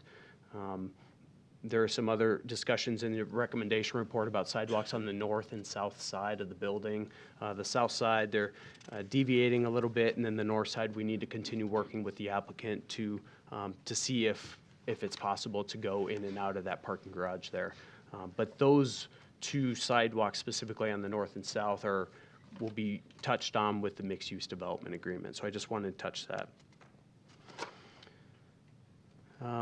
Otherwise, I don't have a lot to add. Unless you have any specific questions, we could probably get into the recommendations. And we have 3 items. So we would probably start with agenda item number 5, which staff recommends approval. Do we have a motion? Motion for approval. Second. We have a motion and a second. Lisa, will you record the vote? Rosacker? Yes. Moore? Yes. Pate? Yes. Morris? Yes. Carnes? Yes. Mr. Chair? Yes. Motion approved. Agenda item number 6. Staff recommends approval. Thank you. Second. We have a motion and a second. Lisa, will you record the vote? Moore? Yes. Pate? Yes. Morris? Yes. Carnes? Yes. Rosacker? Yes. Mr. Chair? Yes. Motion approved. And agenda item number 11. So as I mentioned, the waiver is not required, but for the sake of being on the record and making sure that 64th Avenue has a sidewalk, recommending denial of the waiver of Section 5399 sidewalks, approval of the major amendment to the mixed-use development plan subject to submittal of an acceptable plan prior to forwarding to City Council, approval of the preliminary plat subject to the 4 conditions in the recommendation report, and approval of the final plat subject to the conditions of preliminary plat and submittal of an acceptable final subdivision agreement if necessary prior to forwarding to City Council. Okay, do we have a motion? Motion to deny the waiver of section 5399 sidewalks. Approval of the major amendment to the mixed-use development plan, subject to submittal of an acceptable plan to the city planning. Approval of the preliminary plat, subject to the 4 items in the recommendation report. And approval of the final plat, subject to the conditions of the preliminary plat, and submittal of an acceptable final subdivision agreement prior to forwarding the request to City Council. Second. We have a motion and a second. Lisa, will you record the vote? Rosacker? Yes. Moore? Yes. Pate? Yes. Morris? Yes. Carnes? Yes. Mr. Chair? Yes. Motion approved. Okay, we'll move on to agenda item number 8. Case C11-18-213, C10-18-214, C12-18-215. Applicant Miller Commerce requests preliminary and final plat approval of Lincoln Highway Communities, a subdivision inside the city limits with a rezoning from AG to DR and R6, along with approval of a planned unit development overlay district. Portions of the property are located within the flood fringe and floodway overlay districts. Location, northwest of 192nd Street and Honeysuckle Drive. May we hear from the applicant? Thank you, Mr. Chairman, members of the board. Brent Beller, 11440 West Center Road. Briefly, before I get too far along, Sherry, I just wanted to say on behalf of John Follenkamp, Larry Jobe and Mark Johnson, my law partners. Just want to say thank you. We appreciate working with you. I know from my perspective, someone coming up in this land use planning stuff, your willingness to answer questions and take a little bit extra time with me personally, I've appreciated that. I would like to remind you, however, you have given your cell phone to Larry Jobin, so you will never fully retire. I hope you understand that. So with that said, before you today is a rezoning and a PUD for a new development. The applicant is Miller Commerce. They're actually co-developing this with another entity called Say You Can. They're both out of Springfield, Missouri. They're pretty excited. This is their first project here in Omaha. I think over the course of the next year, this board will probably see 2 to 3 more projects from these guys. They're pretty excited to be here in Omaha. The location where we're at is 192nd and Honeysuckle, which is just north of Dodge. Pretty much everywhere around this particular site, and this is our 21 acres that we currently have under contract. To the north is residential, east obviously residential, south is residential. And then just to our west is actually a sewage treatment facility for the city of Omaha, which I understand that's in the process of being shut down. And that's important because I'm going to show why this site in particular is a really tough one to develop in terms of site constraints. So that's the lay of the land. That's where it sits today. It's currently zoned ag. We are requesting a rezoning to R6 DR with the PUD overlay. So what's being proposed before you, this is our final plat. We'll have 3 lots. There's going to be one large lot, which the majority of all of our units will be located. There's an outlot, which in a second I'll explain. This is basically floodway. There is a stream running here, so we'll have the 3-to-1 plus 50 flood setback. And then outlot B and outlot C, that's future expansion for 192nd Street. And we've been working with Mr. Haas in Public Works, and I'll touch on that in a minute, outlining what we can do and what we can't do. So I point that out because effectively we've taken this 21-acre site and we've shrunk it down to about 11 developable acres, which is why the PUD is a fabulous vehicle for a development like this. So we've actually been working with staff for about a year now, various site designs. At one point we were going to have half senior living, half market rate apartments. Just because of the site constraints here, we had to revise all that and go with what we're proposing today. And I should mention Eric Williams with Olson is here as well in case we have any engineering questions. He probably can touch on some of the floodway and maybe some of the sewer issues if that comes up as well. So here is the site layout. What is going to be built is 55 single-family units. On average, these are about 2,100 square feet, 2-bedroom, 2-bath. This will be a retirement community, 55 and older, market rate. Pretty unique concept. This is a concept, they call it I think it's the Terra, which they've done a number of these down in Missouri. This is their first of these projects here in Nebraska. But effectively, it's there's one rental amount that includes all their utilities, Wi-Fi, cable, concierge service, a pool, clubhouse, trash, everything you can think of. It's in a development like this. So again, here's 192nd, Old Lincoln Highway, Honeysuckle. We'll have 2 entrances right here.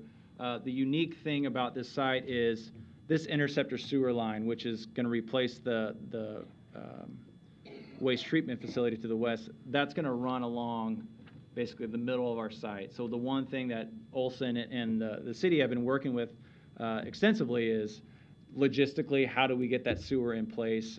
I think the city is probably in a position where maybe late fall, maybe even the next year, that's when the construction on that line will take place. So we've kind of had to wait and make sure that we're in unison with the city. And to this point, everything is positive and no heartburn in terms of that getting done. It's just been a logistical issue in terms of working that out between the engineers. So with that, the other sort of issue that we've been working with the city is there is actually the city's comprehensive trail plan called for a trail access or trail line along Old Lincoln Highway, basically going east to west. In seeing that, we sort of have the same issue that we have, which is the floodway setback. You can't really build a trail there. Plus, right here, you can see there's a bridge. So that trail would have been just for that bridge. That's $300,000. So in working with the Parks Department, We actually are going to move that trail, which is coming up to the the west side of this property. Brent, do you want to, yeah, there you go. So that trail is actually going to run like this. And so what we've asked the City Parks Department is, hey, can we continue that trail along Honeysuckle and extend it all the way to the west? And there's actually another trail that's over there already. And thus far, that positive feedback. But we'll continue to work on that. And that'll be a 10-foot wide trail. We think it's an amenity for the folks that are going to live in our community. It's, that's sort of adds to the whole get out, enjoy life, which is the concept that these guys are selling with this project. We've had 2 neighborhood meetings. We had one neighborhood meeting last fall. We had another one actually last evening. We had a gentleman who is on the HOA over here come over, all positive, supportive of the project. Obviously, everything that we do will comply with the city standards, master plan compliant, and with that, we're here for any questions, and we appreciate your consideration. Brent, when you said the HOA over here, was that Fair Meadows? Is that where you were? I didn't. It was the HOA. I think there's some residential senior living over here. Okay, yeah, from Elk Ridge. I don't know exactly what they're called, but they're to the south of us. Okay. Yeah. All right. But they were happy. But they were happy. They were happy. So- I probably shouldn't speak for them. I thought they were happy. Outlots B and C, you have 2 outlots there, but if that's for future development, I'm just curious why there's 2. Why do you need 2 outlots there? Good question. I think, and maybe Mr. Haas can opine on this as well, I think that is the boundary of 192nd where they'll extend that out. Why there's 2, Eric, you might have to opine as to why we just didn't create 1 outlet. It might have something to do with stormwater retention, but I'll let Eric talk about that. Eric Williams, Olson, 2111 North 67th. The main reason that we have the 2 right now is that floodplain cuts through there. So we maintain that floodplain boundary all the way through there to make sure that it's continuous. Okay, so outlot B is within the floodplain area? Correct. Yeah, okay, thanks. Good question. Okay. Any other questions or comments? Are there any other proponents that wish to speak? Seeing none, are there any opponents? Seeing none, I'll close the public hearing. Any additional questions, comments before we hear from Eric? Eric, we'll hear from the city. Yeah, sure. So as Brent mentioned, we saw this last October planning board meeting of last year, and quite a few modified changes to the proposed plans, kind of a change in the residential style and nature of the development. So the PUD is required. The rezoning request is to R6 with the PUD, and we've utilized this tool to allow multifamily style housing to be built at low density residential. That was kind of the previous submittal regarding this project, your more appearance of multifamily. However, these are single family residential units, but because they're all on one lot, we classify it as a multifamily style housing. But, in conjunction with the PUD tool, we utilize the more restrictive of the R5 or the R6 district regulators. So that's the reasoning for the PUD, but there's no concerns. This project is absolutely compliant with low density residential by a large degree. Brent mentioned the trail. The Parks Department would like to sit down and just continue those conversations regarding the location of the trail adjacent to the project. So we'll have to make sure that that occurs before proceeding to City Council. Outside of that, there's a few small landscaping and fencing requirements that we would need the finalized PUD plans to address. Otherwise, the city recommends approval of the rezoning from AG to DR and R6, subject to submitting acceptable PUD plans prior to forwarding to City Council. Approval of the PUD, subject to submittal of final acceptable plans showing internal landscaping, internal sidewalks, and details of the proposed privacy fence prior to forwarding to City Council. Approval of the preliminary plat, subject to the 8 conditions in the recommendation report. And approval of the final plat, subject to those conditions of preliminary plat, and submittal of an acceptable final subdivision agreement prior to City Council. Okay, do we have a motion? A motion for approval of the rezoning from AG to DR and R6, subject to submitting acceptable PUD plans prior to forwarding to City Council. Approval of the PUD subject to submittal of final acceptable plans showing internal landscaping, internal sidewalks, and details of the proposed privacy fence prior to forwarding to City Council. Approval of the preliminary plat subject to the 8 conditions in the recommendation report, and approval of the final plat subject to the conditions of the preliminary plat and submittal of an acceptable final subdivision agreement prior to forwarding the request to City Council. Second. We have a motion and a second. Lisa, will you record the vote, please? Morris? Yes. Carnes? Yes. Rosacker? Yes. Moore? Yes. Pate? Yes. Mr. Chair? Yes. Motion approved. Okay, and moving on, agenda item number 9, that was on consent for approval, was taken off. It is case C10-19-49, C12-19-50.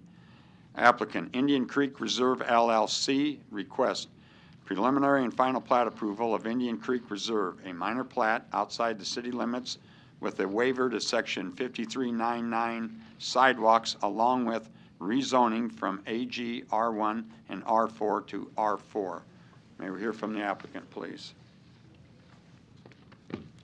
Hi, I'm Joe Foley. The address is 4611 South 96th Street here in Omaha. Here representing the applicant. We're the engineers on the project.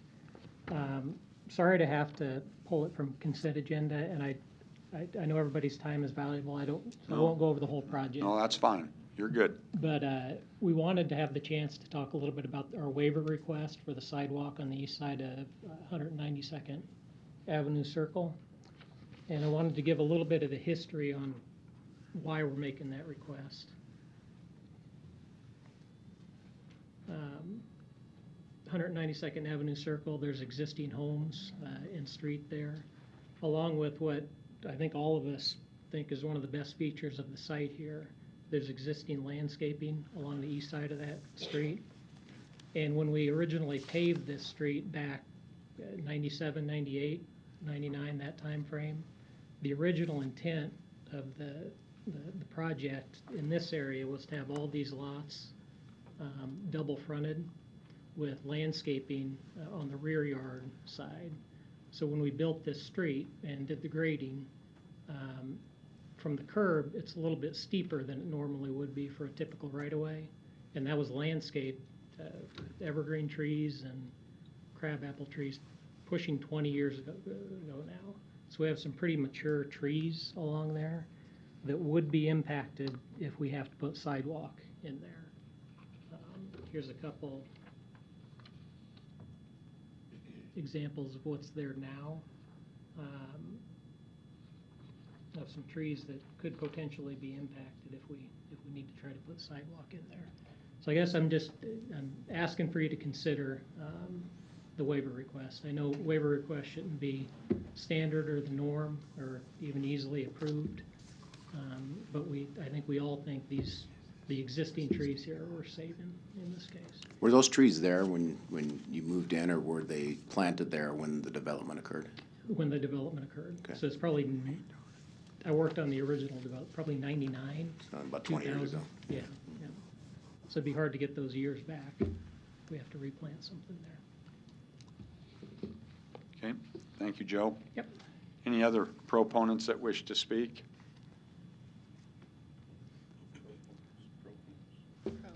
Yeah, I thought I said proponents. Yeah.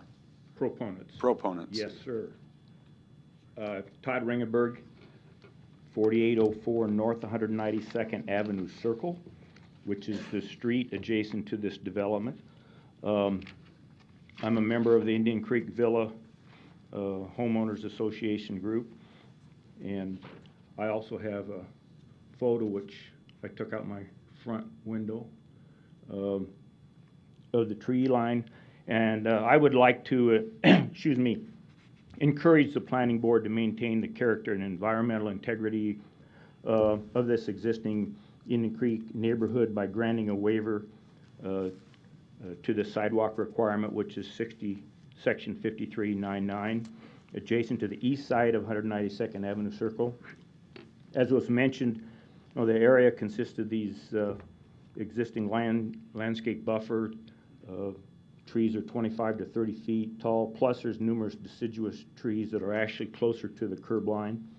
So obviously requiring a sidewalk according to those standards would jeopardize these trees and significantly affect the environmental benefit that they create. So I'm also on the Architectural Review Committee, and on behalf of the Indian Creek homeowners, we respectfully request approval of this development with the waiver in place to the sidewalk requirement.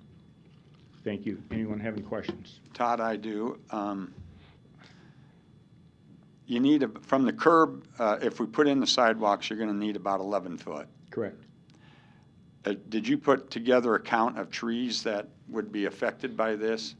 And of the trees that may be affected, can they be moved? A tree of this size cannot be. Okay.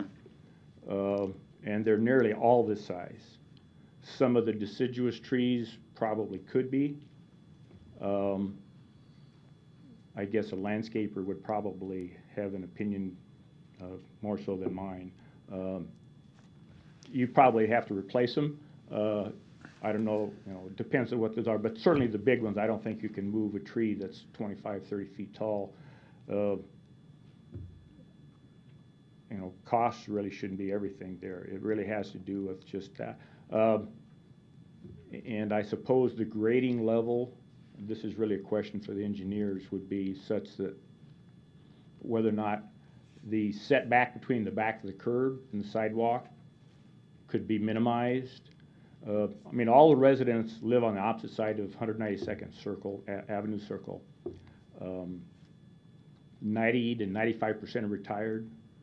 Very little traffic, only the residents drive down the street. Pedestrian traffic is really just very minimal. We use the sidewalk. Most of us walk on the streets, so it's not really an issue. There is no outlet, so it's a very quiet, secure neighborhood. The sidewalk really wouldn't, I don't think, enhance the new development. I don't think it would really provide any safety consideration for the new development, but it would significantly impact the environmental conditions. And I don't think anybody wants to take down healthy trees that have been there for 25, 30 years that look like that.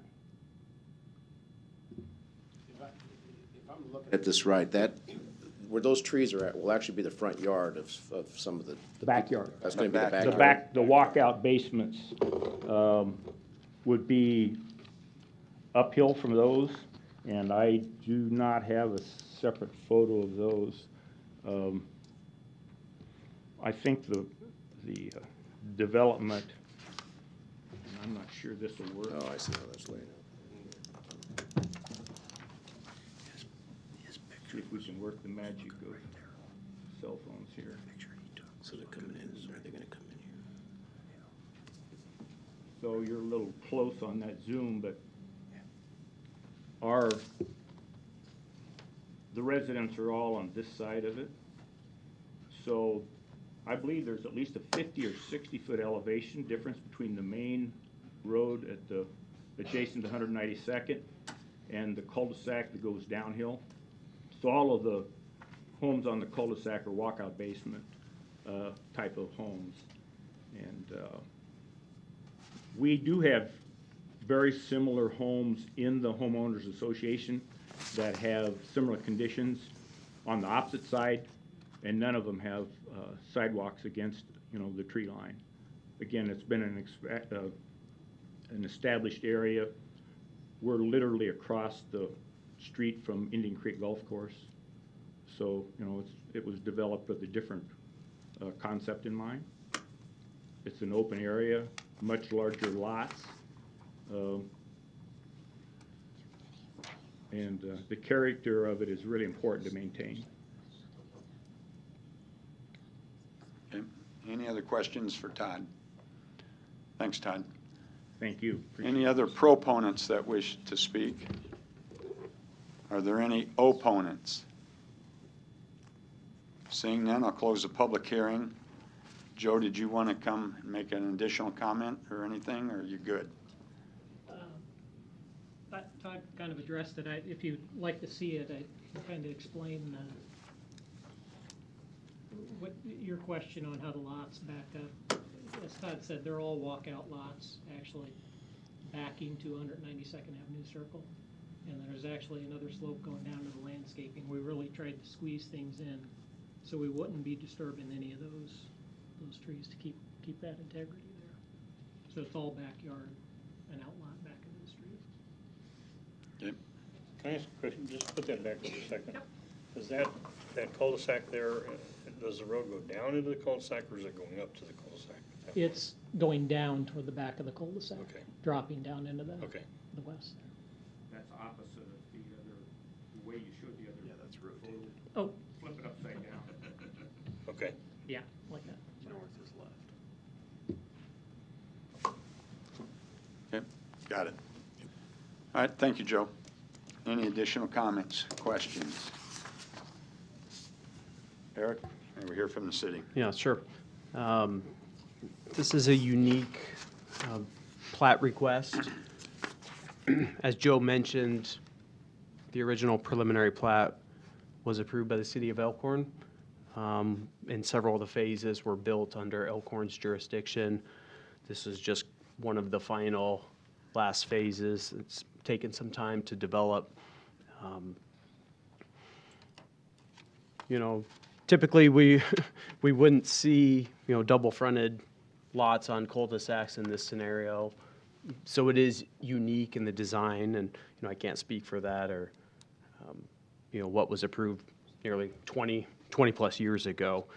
But considering the location and where it's at, the city doesn't typically support waivers of sidewalks unless it's in a sensitive environmental area or there's an extreme grade that would prohibit, to reasonable accommodations to provide those sidewalks. So, of course, we love preserving as much trees as we can. I think there's something to be said that perhaps that some of those could be saved while also providing a sidewalk. So staff's recommendation is denial of the waiver for sidewalks along 192nd Avenue Circle, approve the rezoning from AG R1 and R4 to R4, approval of the preliminary plat subject to the 11 conditions in the report, and approval of the final plat subject to those conditions of preliminary plat and submittal of an acceptable final subdivision agreement prior to City Council. Do we have a motion? Motion to approve the rezoning from AG, R1, and R4 to R4. Denial of the waiver for sidewalks along 192nd Avenue Circle. Approval of the preliminary plat subject to the following 11 conditions, and approval of the final plat subject to the conditions of the preliminary plat, and submittal of an acceptable final subdivision agreement prior to forwarding to the request of the City Council. Second. We have a motion and a second. Lisa, will you record the vote? Carnes? Yes. Rosacker? Yes. Moore? Yes. Pate? Yes. Morris? Yes. Mr. Chair? I hate to do this to you, Sherry. What? She left. She predicted what you were going to do, I think. She said enough of this.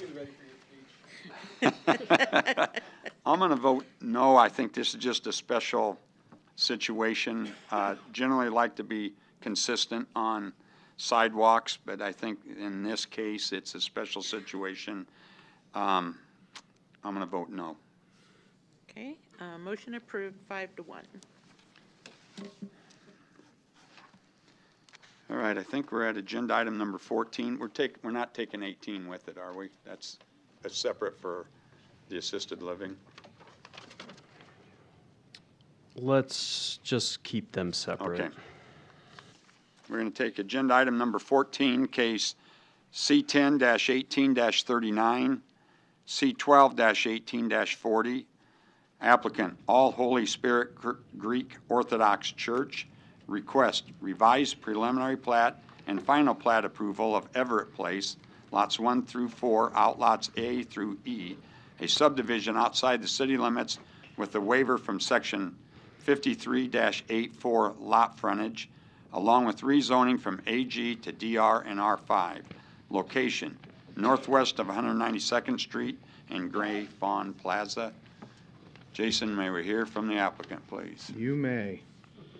Jason Thielen, E&A Consulting Group, 10909 Mill Valley Road, on behalf of the applicant.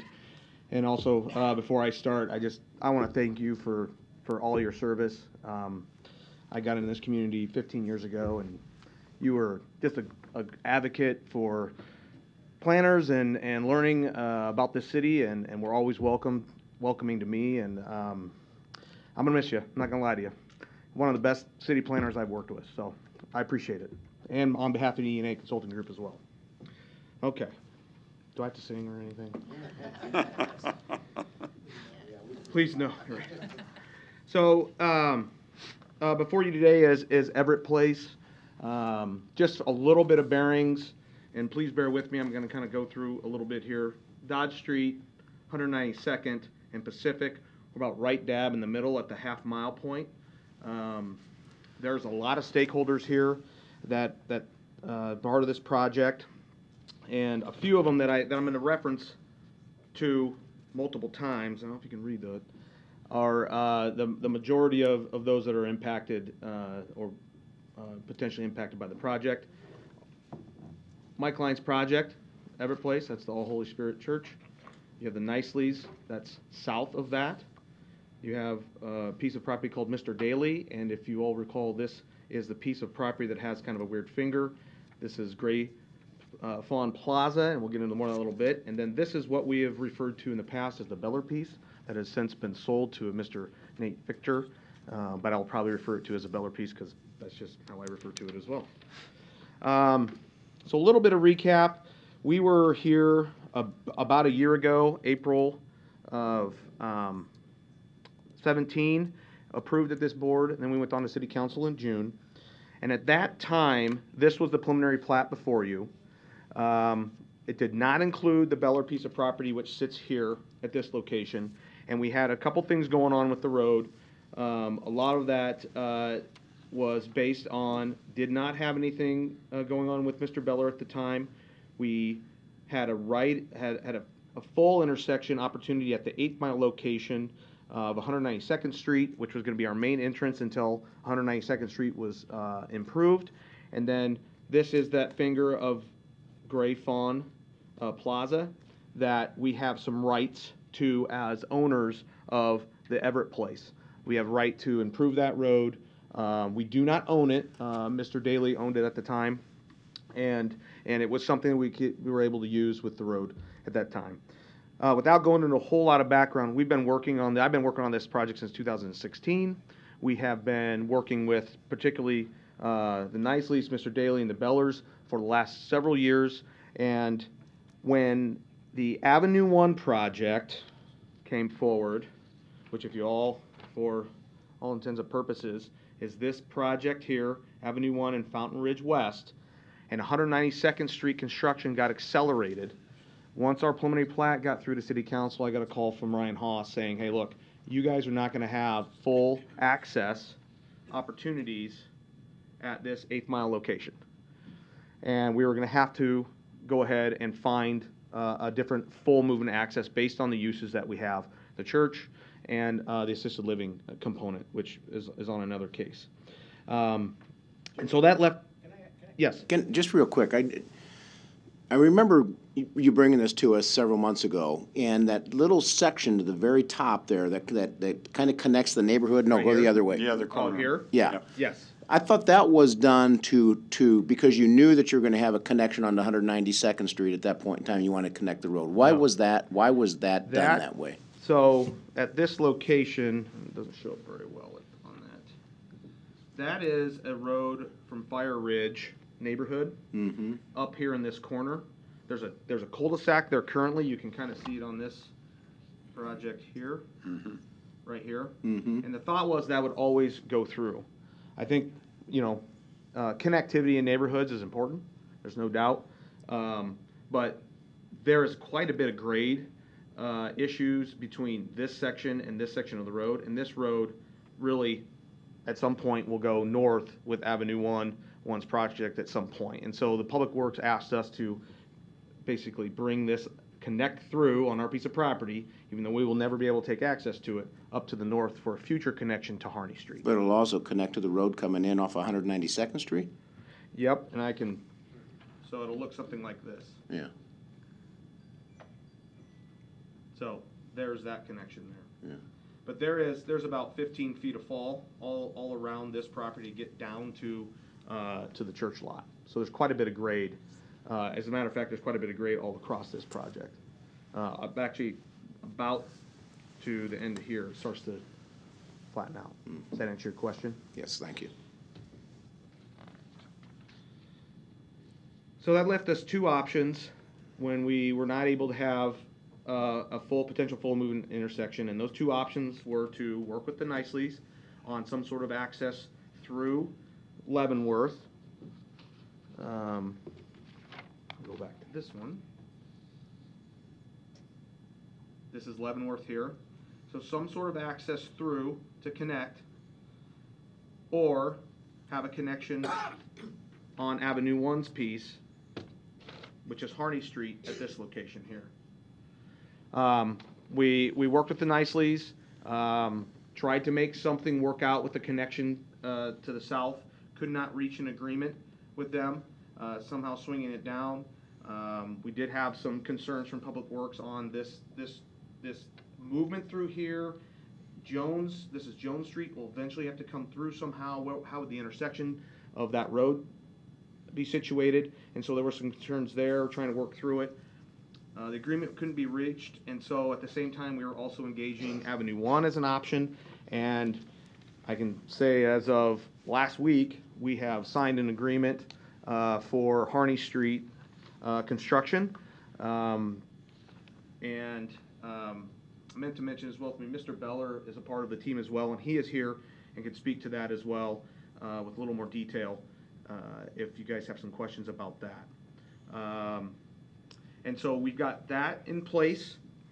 So we've got our full access movement at the quarter mile, and then 193rd Street has been straightened out. And in the time that we were working on Harney Street, Mr. Beller's property sold to Mr. Fichter. He runs a Montessori school, and he wanted to be part of this project and would like to have access onto 193rd Street, and offered to dedicate the right-of-way as part of our project. So this blue line is the new 193rd Street. The orange is Harney Street. And there's a couple things. Gives us a full access point to 192nd Street, which will be lit at some point when that project goes. Removes the right-in, right-out at the 8th mile location. And then provides for a straight grid system going forward where this can come through, Leavenworth can come through, and Jones can come through at an intersection. Makes Jason, a little we more sense. missed you're going to have to move your. I'm sorry. There you go. So 193rd will come through. Mm-hmm. Jones will come through. Leavenworth will come through at an intersection that is a little more centralized and gives us a little bit more of a grid pattern.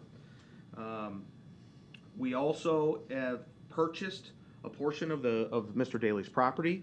This in the green is basically Gray Fawn Plaza, and Mr. Daly, March 13th, I believe, is when we closed on that piece of property. Part of that agreement, he has quite a bit of trees at this location and that were important to him.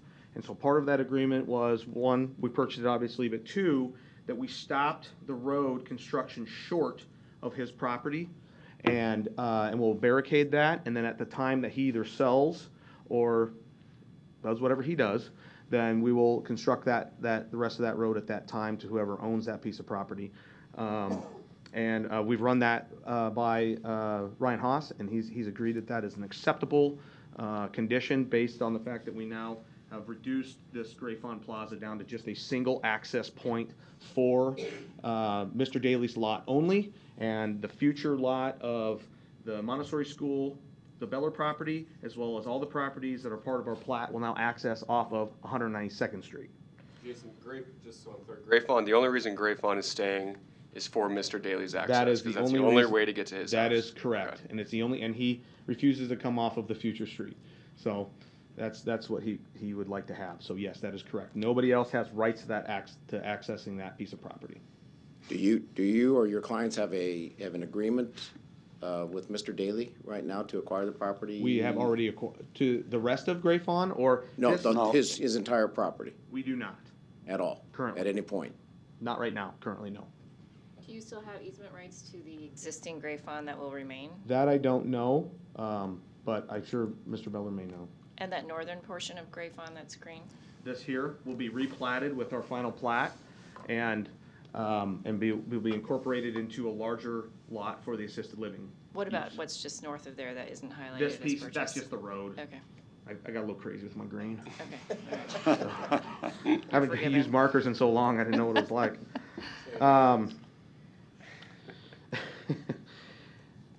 Let's see here. And then the final piece, you guys may remember, is what I'll refer to as the Barker property, which is this corner property. Was owned by a Mr. Barker. He then sold to a plumbing contractor who has since sold to someone out of Lincoln. And we are currently in conversations with him right now. Fortunately for us, he's a contractor who is also in real estate, so those we'll see how that goes. I don't know how that will play out. We have made him aware that we will need right-of-way along the frontage of his property for Harney Street. And we are planning to use an SID, so we obviously have two tracks. He can sell to us, or we can condemn it. We prefer to play nice, and I think he'll be okay with that. I think he'll understand that, and so that'll be good. Part of our agreement with Avenue 1 on this section here, we were going to try to do an interim road condition where we only built the north half of Harney Street. That was not an acceptable situation for Avenue 1, and not ideal for Public Works because there is some throwaway pavement with that. And so because of that, we have agreed to build that entire section from 192nd to 193rd. I bring that up because you may have noticed one of the comments in the rec report talks about our source use of funds showing an unacceptable debt ratio over a 4% of a typical SID, and that strictly is due to the fact that we've got a fairly large expense on Harney Street that is over and beyond. And so we'll work through that with Public Works as we go forward. And has your SID bond council agreed to that? They're working. Yes, we're working through that. There'll be some in lieu payments by some of the users to reduce that debt. So we are in good shape there. Let's see here. Make sure. So where does that bring us? Oh, the last item was the Homeowners Association of Fire Ridge. So we had a homeowner association meeting well over a year ago. One of their concerns was a buffer along this side of the property. And so you'll maybe have noticed that we've got a couple outlots, and I'll explain that, but this has one section of our buffer yard where we're taking some of those trees and putting them up against the residential neighborhood, and then we're adding that buffer here as well. They were here at this location. There's a future opportunity for some additional residential units as we go forward with the second phase of this project, as the Beller-Fichter piece will come in down the road, and you'll see, and I hope to see some villa product there as well. So a lot going on this 31-acre piece of property. At this point, this is what this looks like. So we have a senior living component. They will also bring, it says multifamily. We don't know exactly what that's going to be. They are purchasing the property as well. It will be an independent living component of some sort there. The idea is this will be assisted, memory care, and independent living. So if Sheriff, you wanted to move to Omaha, there's an opportunity there. We have some wetlands on site. There will be a Montessori school here as well, and with the opportunity of some additional residential units in this location. This is that outlot that I was referring to. Trees and trees. This is the future connection through to Harney Street, and then of course the All Holy Spirit Greek Orthodox Church is where that will be located on the site. I won't get into the assisted living. So we had several issues we had to solve. Solved our quarter mile access. We solved our 193rd Street configuration and future connection issues. We solved the Mr. Daly Gray Fawn issue by purchasing it and stopping short. We have solved the Beller-Fichter access issue from by giving them access to 193rd Street. And then we have also screened the property per the wishes of the Fire Ridge Homeowners Association. So today, before you is a 4-lot plat. 5 outlots for a couple of reasons. A lot of them have to do with some right-of-way and some different things that we have to pay attention to with a change of zone of R5 into DR with those uses. We do have a special use permit, and I'll get to that, I guess, when that gets called. And we do have a conditional approval right now currently for our project. We'll work with staff. We're acceptable with those conditions, and with that, I'm happy to answer any questions you guys might have. Okay, Jason, any additional questions, comments for Jason? Are there any other proponents that wish to speak? Seeing none, are there any? Greg, real quick. Okay. I believe you could probably also call the case number 18. I think that makes sense for with While all the Jason's parties up here. there, let me read 18 then. Sorry, I gave the wrong answer on that. Okay. Agenda item number 18, C8-18-71. Again, applicant All Holy Creek Greek Orthodox Church request approval of a special use permit to allow assisted living in the R5 district. Location northwest of 192nd Street, Gray Fawn Plaza. Jason? Yes, Jason Thielen with ENA 1099 Mill Valley Road on behalf of the applicant. This is one of the components here, as I pointed out, the senior living does require a special use permit. We've applied with that with our project. Again, both assisted living and memory care in the same building. As that developer has come forward, this gives you a little bit of an idea of kind of how that will work out. One of the nice things about the shifting 193rd Street is actually created a much nicer lot for the assisted living group, allowing them to add a few more units over and beyond what they were going to originally be able to add, and so that's all positive as well.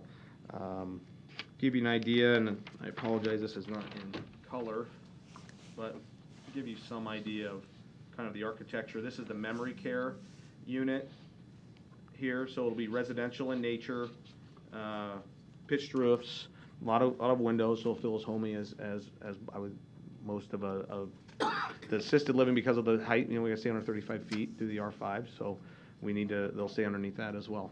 So, and with that, I'd be happy to answer any questions. Okay. Any questions, comments for Jason? Any other proponents that wish to speak? Are there any opponents that wish to speak? Come forward, give your name and address, please.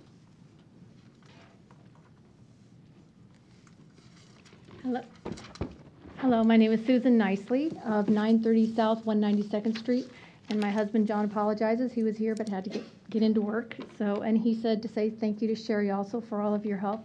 We've actually been working on a development of our property since 2007.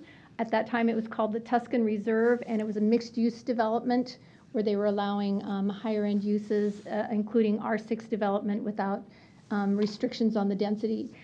Since then, it's been reduced due to pressure probably from neighbors not wanting the higher density of R6, so it's been reduced down to R5. We saw this current plan that Jason's presenting today about a week ago.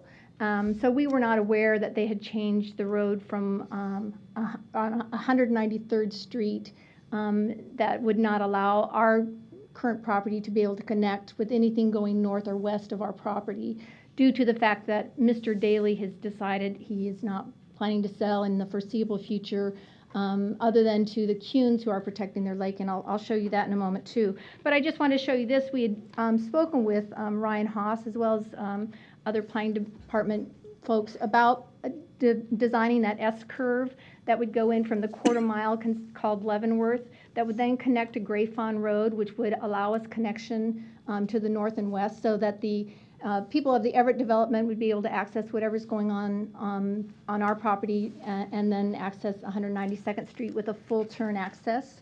That's the future plan, is to be able to have a right and left turn out of 192nd Street on Leavenworth.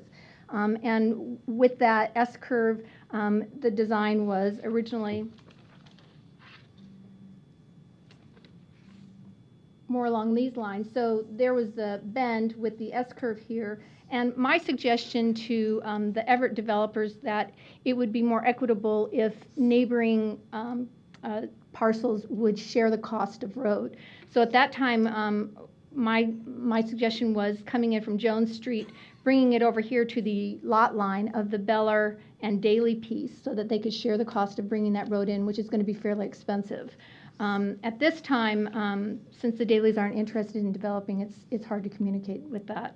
So I understand Jason's frustration and the Everett developers in trying to coordinate the roads and make something workable. But in 2016, it was interesting that Say You Can was here presenting this morning. They had a purchase agreement on our property to develop a senior living site. And so we reached out to the Everett developers and asked if we could coordinate on the road development.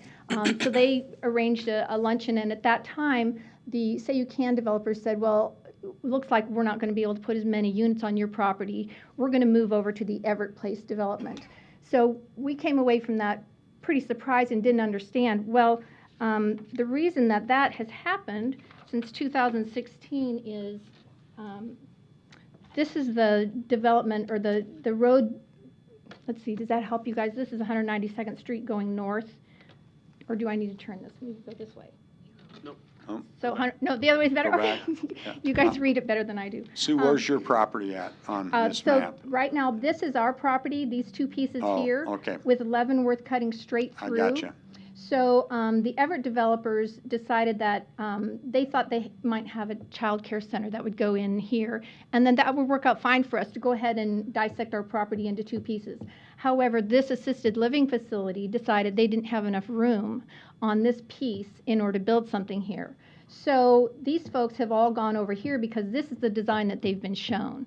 Rather than one contiguous piece for our site, it has been dissected into two parcels that future developers are saying they just don't have room to get something contiguous onto our property because of the dissection. So again, this is our property, the Nicely property, and this is the Daly property. So the Kuhns have the lake, and they're wanting to protect their lake, so they're buying the Daly property. So the intersection that's being proposed now comes straight through here and intersects on the Daly property, chopping their parcel into smaller pieces. I'm not sure what they're going to do between Jones Street and the Beller property line. They're being limited by somebody else's design. It isn't their choice to put that there. It was the Everett Place developers and Beller's design to go ahead and put the burden of the road and the intersection onto somebody else's property. So my request would be that we have more opportunity to discuss with the Everett developers on how to connect and make the neighborhoods connect, including Fire Ridge being able to connect through on the quarter mile. The potential is if the Dalys did a right-of-way dedication, which is what we're offering, if they did it onto the Beller property, the Bellers could then bring in the road and connect, and it wouldn't be an extreme intersection or an extreme curve as we were told by Ryan Haas in 2018 that S-curve would be acceptable. Sue, just a quick question. Yes, sir. Unless maybe I misunderstood what Jason was saying. A year ago or so, I thought he was talking about extending Leavenworth with that S-curve. Yes, he was. And that discussion fell apart between. Yes, but so that's what I think you've got drawn here, isn't it? Yes, so this is what we've proposed. This is what the city said that they would allow as far as the connection and the curves. Then what happened if they were willing to do that? What happened? So they offered us $2.50 a square foot for our property, which was about close to half of the market value. And basically, from what I could tell, that it was devalued because of the way that they were designing the intersection, which dissected our parcel into smaller pieces. So, I can only speak to what I think the city wants as a design is connecting neighborhoods. And I don't think this is the best. I think we can do better. We can do better than barricading off a road, creating a private drive that's going to be there till beyond the foreseeable future. I think we can work together better, and I think we can make a better design. Okay. Sue, Yes. You want that back? yeah, if you could put that back. I see what you're saying, though. The only problem is that S-curve goes onto property that belongs to someone who isn't willing to sell it right Right, now. and he So wasn't wouldn't willing to have any- sell 193rd Plaza also. So they were able to convince him or somehow acquire that. And then they also got cooperation from Beller to acquire some of his property. And it looks like they're getting cooperation now from the old Baker corner here to get development in there. So I'm not sure, I don't know what they've offered for these folks, but I know in our case, the offer was just not realistic. So we're certainly willing to work with them. And again, I think the dedication of the right-of-way eliminates their need to put out more funds, since we would pay our own. And we could even come up here without, but at some point we have to cross.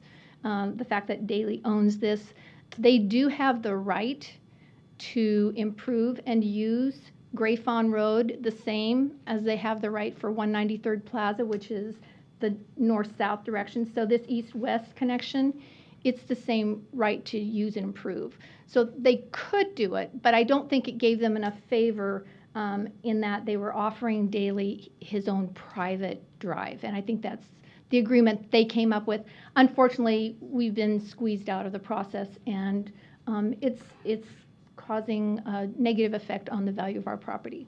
So that piece that, if you take that S-curve road there, that, where your pin is, that piece just to the north, right there, just to the north there, would that still be your property? Yes, that's our property, and we're required to have detention area, detention pond, or, so that's So you for drainage. you would see that would be used for that particular This, parcel. we actually asked if they would take on our detention so we could get rid of this, and even they could have access if they wanted to extend their parking or whatever they want to do.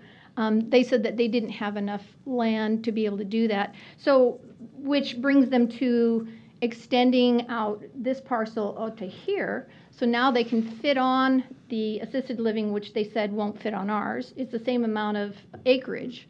But because of the way they've designed ours, those assisted living folks that come to him and say, how can we make something happen here? He'll say, well, you can't do it here because look at what they've done. Well, we haven't done that. Somebody else did it to us, basically. So, our future developers would like to see a contiguous piece, one contiguous piece, instead of a dissection of small pieces and trying to figure out how to use the land for that. Any other questions? Thank you, Sue. Thank Any you. other opponents that wish to speak? Seeing none, I'll close the public hearing. Jason, if you would like to come up. Sure. I'm still on the S-curve that comes from across from Leavenworth. I guess I'm still confused on that. Would you want to lead me through that? Yeah. I think what needs to be said is we worked really long and hard on trying to making a lot of this work. The bottom line, what came down to the S-curve not working is because it's expensive to put roads in. It's what? It's expensive to put roads in. And it's a cost to be borne by those developing their pieces of property. The Niceleys would have Had to put in this infrastructure. Okay. And yeah, I agree. It's great if you can share infrastructure with adjacent parcels, but the reality is in our world, not a lot of adjacent parcels are all the time willing to participate. And as developers, we end up putting in infrastructure for adjacent parcels and a lot of times not getting any reimbursement back for that. That's part of the game. It's part of what we do every single day. And I understand where Sue's coming from. While it is, they have 7 acres, a lot of it has to do with the fact that you've not only got to bring Leavenworth through, but you also have to bring this access through from Pacific Renaissance to the south, which further either creates opportunity for lots on either side, or you got to swing it over and try to get it on to Mr. Daley's piece and get him to purchase a portion of it. It's not an easy piece to develop. I feel like we have done just about everything we can. I was going back through some of our files. I've got layouts of showing multiple opportunities on how to try to incorporate the Nicely's property, and we did source and use of funds showing what the exact cost would be and the burden would be onto everybody. And it's expensive, and I understand that from their standpoint. And so we couldn't come to an agreement. And yes, while we have the right to improve Gray Fawn Drive. Part of our agreement with Mr. Daly in the purchase of this section of his property is that he gets his drive. And Mr. Haas will tell you, those drives exist. I can't make him get rid of it. And we're not going to go back on what our agreement is with Mr. Daly and cause him issues. In addition to that, this S-curve opportunity here does end up putting that interchange somewhere right in the middle of his lot. He has to participate in that opportunity, in that kind of road configuration. He's not going to participate in that. Just plain and simple. We've put our deal together. We have an opportunity. We're going to put in Harney Street. We're helping out the city in the standpoint of reducing more traffic off of Gray Fawn. We are adding additional infrastructure over and beyond what maybe we would need have to, but we're trying to make it better for everybody. 192nd Street's going to go in. We're able to straighten now over 193rd Street and bring in additional uses of pieces of property that have sat as acreage for quite some time. We have been working on this for 3 years. I don't know that we could have done anything else beyond what we have done at this point. To come in at this stage of the game and say, hey, we want to talk again about the S-curve, I don't know that we're open to that. So Okay. I'd be happy to answer more questions you have. Any other questions for Jason? You say you don't know if you're open to that, or you're not open to Well, that? I would say we're not open to that. Thank you. Do you know if Mr. Daly understands that the proposed road as you have it will someday slice his property in two? Mr. Daly doesn't care. He will stay there until he passes or moves. And what happens to that afterwards is up to him. Our group had a discussion with him just yesterday, and if he was not okay with our development, he would have never sold us the property 30 days ago. I mean, I don't know if somebody's not okay with what's going on and then sell you property so you could go do it. So. Okay.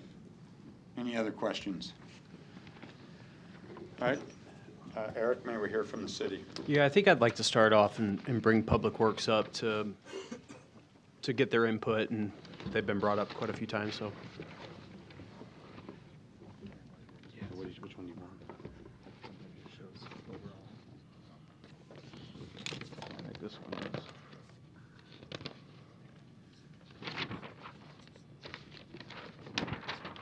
It's got the S on it too, so you can talk about it. Ryan Haas with the Public Works Department. I just want to point out that everything that Jason described as far as how we got here and the challenges, that was a very good, we would basically agree with everything that he described. This kind of highlights the challenges that we face as staff when we have some existing developments, some proposed developments, some folks who aren't interested in participating in the proposed development and want to continue to maintain their existing land use. There's a lot of competing factors and forces, and not to mention the fact that we have city standards which dictate the points at which the streets start from the arterial, where they have to go. Along the way, they have design minimums that they have to meet. So there's a certain amount of distance here that this has to be a straight road before it can curve. The rate at which it curves, there's design minimums. So there's a lot of parameters and factors on a street network that we have to keep in mind as staff. And then again, with fixed points, there's stub street locations that we have to be mindful of, continuing to extend as part of a proposed development that's in front of us. So as staff, we have to kind of mull over options and the feasibility of streets. And the reason we do that is with the long term in mind. Someday, after everything here comes through and is platted, where we establish building rights, where we approve zoning, we, the city, need a well-connected network of internal local streets to serve the ultimate development. So with that in mind, development is piecemeal, so we have to just put our best foot forward. We worked with Ms. Nicely and with the applicant on a potential option which involved Leavenworth Street. There were a lot of complications with that Gray Fawn Plaza. It was a grandfathered existing condition. It's not a good location. It's not an acceptable location for a full access at 192nd to serve more development. It's kind of limited in the hazard that it does pose because there's only 3 houses currently that use it, but it's not an option to use as their full movement. And so with that in mind, the options were either Harney Street or Leavenworth Street. and they ended up pursuing Harney Street as part of this proposed subdivision. That doesn't take away the rights of the Niceleys. If they choose to pursue a subdivision on their property, they would be granted a public street access here at Leavenworth Street. They would be subject to the same design minimums I described. It's really up to them to figure out the best place to get over and stub a street to the west here. Again, assuming this property continues not to be developed. So nothing about this project inhibits or changes our view of this property to someday also have a local street constructed as part of a development project to fit in the big picture ultimately. Thank you. Okay, thank you, Ryan. Any comments, questions before we hear from Eric? I'm going to make just one comment, or maybe a little more than one comment, but no criticism of Mr. Daly. It's his property. He can do with it what he wants and hold on to it as long as he wants. It's a shame that Mr. Daly, the Niceleys, everybody could not have been a part of this. It's created quite a problem. We have to have, as Ryan just described, interconnection of streets and trying to do it. Nobody's really to blame. It's just the way that the situation falls. And I think, Jason, I think you've done a good job of trying to put all the pieces together. And the Niceleys, they've got a property they own and they want to maximize that property. And it's just too bad that the puzzle pieces just would not fit together on this thing. So. With that a little bit as well, with some comments, and I agree with everything you said, Mr. Chairman, with that. I would also say that you can't just shut off communications entirely. You got to continue the lines of communications in these cases. There's too many parties involved. For the best use of that entire development parcel there, and I include your piece as well as the Nicely's piece, everybody, the apartments as well, you're going to need to continue to make sure that the roads that are constructed are well connected, as was said, but that's going to continue to take some work and some dialogue between the parties here. So it is an unfortunate situation where we got to at this point in time with all the different parties involved and some ready to play and some not ready to play. But I want to make sure that everyone tries to at least maintain open dialogue and communications to try and make this thing work for the entire development, because I think it would be in the best interest of the Everett Place development and the church and the apartments to make sure that it works as well. So that's all I'll say with that. I don't know what the department's recommendations is going to be, but I think I have a pretty good notion on that. But we got to keep those lines of communication open and the dialogue open at all times. I just have a question. I understand that it brings 193rd Street south, but is there anything that prohibits the parties from continuing to work on how that connects to that other street? I mean, the other street hasn't been built yet. I mean, is there anything that prohibits them from continuing to work on maybe some kind of S-curve? Yeah, for Leavenworth and Jones in the future? I think it involves the daily. Yeah, I mean, which at some point will be developed, clearly. At some point, there will be a street go through there. I mean, that's what everybody's planning on, so. Yeah. But we don't know when that's going to. I mean, we respond to developments. Yeah. I mean, we've met with the Niceleys, we've met with the developers for several times over the past 3 or 4 years on these sites, even longer on, as Susan mentioned, on her property. I mean, is it a foregone conclusion that that has to slice their property in two? The quarter-mile access point at Leavenworth. I mean, they could still access it at Leavenworth but curve it up, couldn't they? They could work something out. That's a possibility. Yeah. I mean, got design standards that yeah. I mean, that's the tricky part is,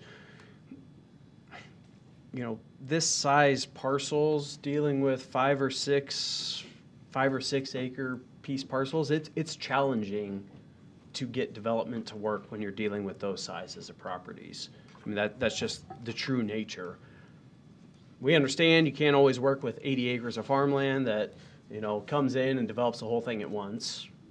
You know, it's a lot cleaner and easier when that happens, but, you know, it is difficult when you're dealing with parcels of this size to try to line up all the policies of the master plan, the internal street network, and as Ryan mentioned, and we put our best foot forward and try to put those stub streets where we believe would make the most sense. But there are certain locations, the quarter mile, the half mile, 3/4 mile, that are fixed set points that need to occur. So, yeah, whether Leavenworth, I mean, there's still the opportunity for it to swing north in some capacity. I mean, I can't make any guarantees. Right. We'd have to look at a specific development proposal. During the plating process is usually when these items occur, with dedication for right-of-way and those street improvements. Okay. I closed the public hearing, but I can call Jason back up. Do you want to address that point? With Carnes. Chris was asking about. I'll show you kind of, I think to Ryan's point that so here was a layout that we did. We did several, like I said, I've got a lot of them, but this was the opportunity of trying to show both Mr. Daly and Mrs. Nicely at the time of what that access could look like going through. These points are fixed, but at the end of the day, this is 193rd Street coming down. So to answer your question, there's opportunity for lots to be included on the Beller piece, and obviously this shows it all in residential. But if they so chose, which they could do without anybody else on their own, they could bring this road straight down on their property, just like that. That's detention, and however this decides to come through, and then this road comes forward, and maybe there's an intersection here, and this just comes through. This is a roundabout. I mean, there's opportunities for that. Yeah. So it really depends on how Leavenworth comes through and what they so choose. We know that pieces like this, and when you start creating triangles and things, becomes very difficult to develop overall. And Susan's got a tough spot. I mean, this has got to come through somehow, some way, to create an opportunity for development, which I understand. And that's why I've suggested it comes across, because I think it creates some boxes that you could get some uses on her piece of property for. So it doesn't preclude her from doing anything on her piece of property whatsoever. Won't the apartment piece have to come through that at some point? It will. Yeah. So if she comes forward, this street will have to connect at some point. And I've seen layouts where you've got units on both sides, or one of the struggles with the R6 PUD is it's 14.5 units an acre. You can only get so many units on a piece of property, and the less of square they get, the more difficult it is to get density on there, and that is the crux of the issue on that particular piece of property. And so, they almost need to go together. But Mr. Daly has rights. He has property rights. I mean, that's just fact. And I agree with you. I wish we've worked long and hard on this thing, but I think we've got as many people in play as possible that we could possibly get in what I think is one of the best scenarios we could get in terms of moving this project forward and not being held hostage a little bit.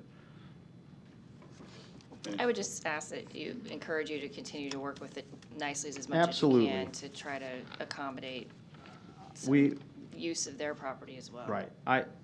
We have done everything we can to try to make things work with the Niceleys. Offered to, we had one-time agreement on the stormwater detention. We offered to put our detention there. I mean, that was an offer we put out on the table, not the other way around. We offered to transfer density to her property. That wasn't, at some point, when do we get to kind of move forward with our project? We've got to get moving, and we've got people requiring things of us at this point. So thank you. 2.5 years. Thank you. All right. Thank you, Jason. May we hear from the city? Yeah, I don't have much else to add. The revised preliminary plat is for the entire development. Then we also have the final plat for lots 1 through 4 and outlots A through E. There are a few items that are resulting in us recommending laying over the final plat at this time, specifically the wetlands and tree canopy analysis and potential mitigation plans. So just a few items that we need addressed in some revised plans, and hopefully that can come back fairly quickly. We are recommending approval of the waiver of section 53-8 for lot frontage for one of the outlots, approval of the rezoning from AG to DR and R5, approval of the revised preliminary plat subject to the 25 conditions listed in the recommendation report, lay over the final plat of Everett Place, lots 1 through 4, and outlots A through E to allow the applicant time to address conditions of the revised preliminary plat, including but not limited to a final wetland delineation report and mitigation plan, if necessary, and an acceptable tree canopy analysis and mitigation plan. Do we have a motion? I'll make a motion for the approval of waiver of section 5384, lot frontage, approval of the rezoning from AG to DR and R5, approval of the revised preliminary plat subject to the 25 conditions being addressed prior to or concurrently with the final plat, layover of the final plat for Everett Place, lots 1 through 4 and outlots A to E, to allow the applicant time to address conditions of the revised preliminary plat, including but not limited to a final wetland delineation report and mitigation plan, if necessary, and an acceptable tree canopy analysis and mitigation plan. Second. We have a motion and a second. Lisa, will you record the vote? Moore, Yes. Pate, Yes. Morris, Yes. Carnes, Yes. Rosacker, Yes. Mr. Chair, Yes. motion approved. And then for agenda item number 18, just to touch briefly, this special use permit for the assisted living facility specifically. About a 75,000 square foot floor area, 24 unit dependent living area, 54 semi-independent area. There are a few items regarding the landscaping plan that will need revised prior to forwarding to City Council. This would not move forward to City Council until the final plat is ready to move forward as well. Staff is recommending approval of the special use permit to allow assisted living in an R5 district, subject to the 9 conditions in the recommendation report being addressed prior to forwarding to City Council. All right, do we have a motion? Move for approval of the special use permit to allow assisted living in an R5 district, subject to the 9 conditions in the department's recommendation report being addressed prior to the request being forwarded to the City Council. We have a motion and a second. Lisa, will you record the vote? Carnes, Yes. Rosacker, Yes. Moore, Yes. Pate, Yes. Morris, Mr. Chair, Yes. motion approved. Okay. Moving on to, I believe, agenda item number 15, which was on consent, was taken off. Case C10-19-55, applicant Keith Harris. Request rezoning from R435 to R5. A portion of the property is located within the flood fringe overlay district, location southeast of 38th Street and Forest Lawn Avenue.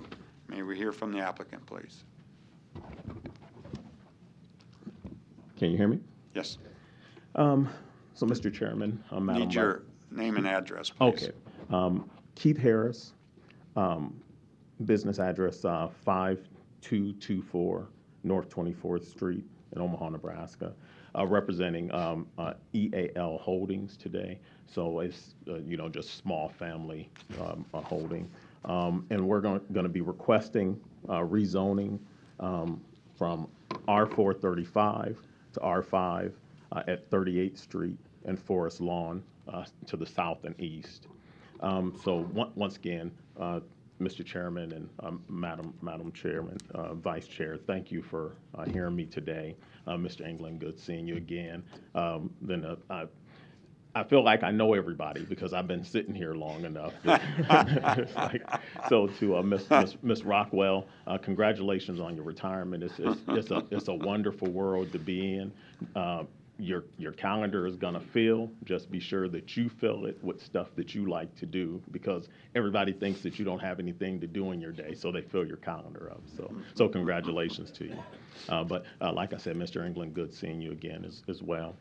So what I'm gonna attempt to do today is talk a little bit about us, how we came to be here, and what we're looking to do. And then at the end of it all, I'll be asking that the board approve our request to rezone. And if they cannot approve it because of certain factors that maybe they approve it with, with conditions for us to meet before it goes to city council with time to make that happen. So that's where I'll conclude at. But a little bit about us. So I listened a lot to what was going on today, and we're not foreigners to Omaha. Our family is born and raised in the city. I grew up real close to this location that we're looking at doing the development in since I was about 15 years old. So I've got a passion for the neighborhood. When we found the property and purchased it, we were looking. So a little bit about the property. So the property, when we found it kind of was an eyesore. There was a lot of dumping going on the property. There were people dumping mattresses. There was weeds and litter complaints, things of that nature. Tree issues. I mean, even just as recent as the last 6 months. I know that the police department was in our property searching for a missing person. We had a very tragic and unfortunate person passed away several years ago from an auto accident on the property. So we looked at it as an opportunity to have an impact, an opportunity to do something to improve it. Because one thing that's for sure is that when people are living, when there's residents on a piece of property and it's not just a vacant lot, then it gets better attention, if that makes sense. When there's somebody that's living there and responsible for it, then the grass is always cut, all of that, things of that nature. Now, since we've had the property, there's certainly, I think that there's evidence that we've taken care of it. We've done right by the neighborhood. We've done right by the city, and we've made sure that there were no weed and litter complaints. If there was dumping, because obviously we wouldn't dump on our own property, but if there was dumping, we quickly came and worked with the city to abate that issue. So I think that we've got a good record in paying close attention to the neighborhood. So what we are looking to do is we are looking to place in, let me see, does this come on? He'll turn it on.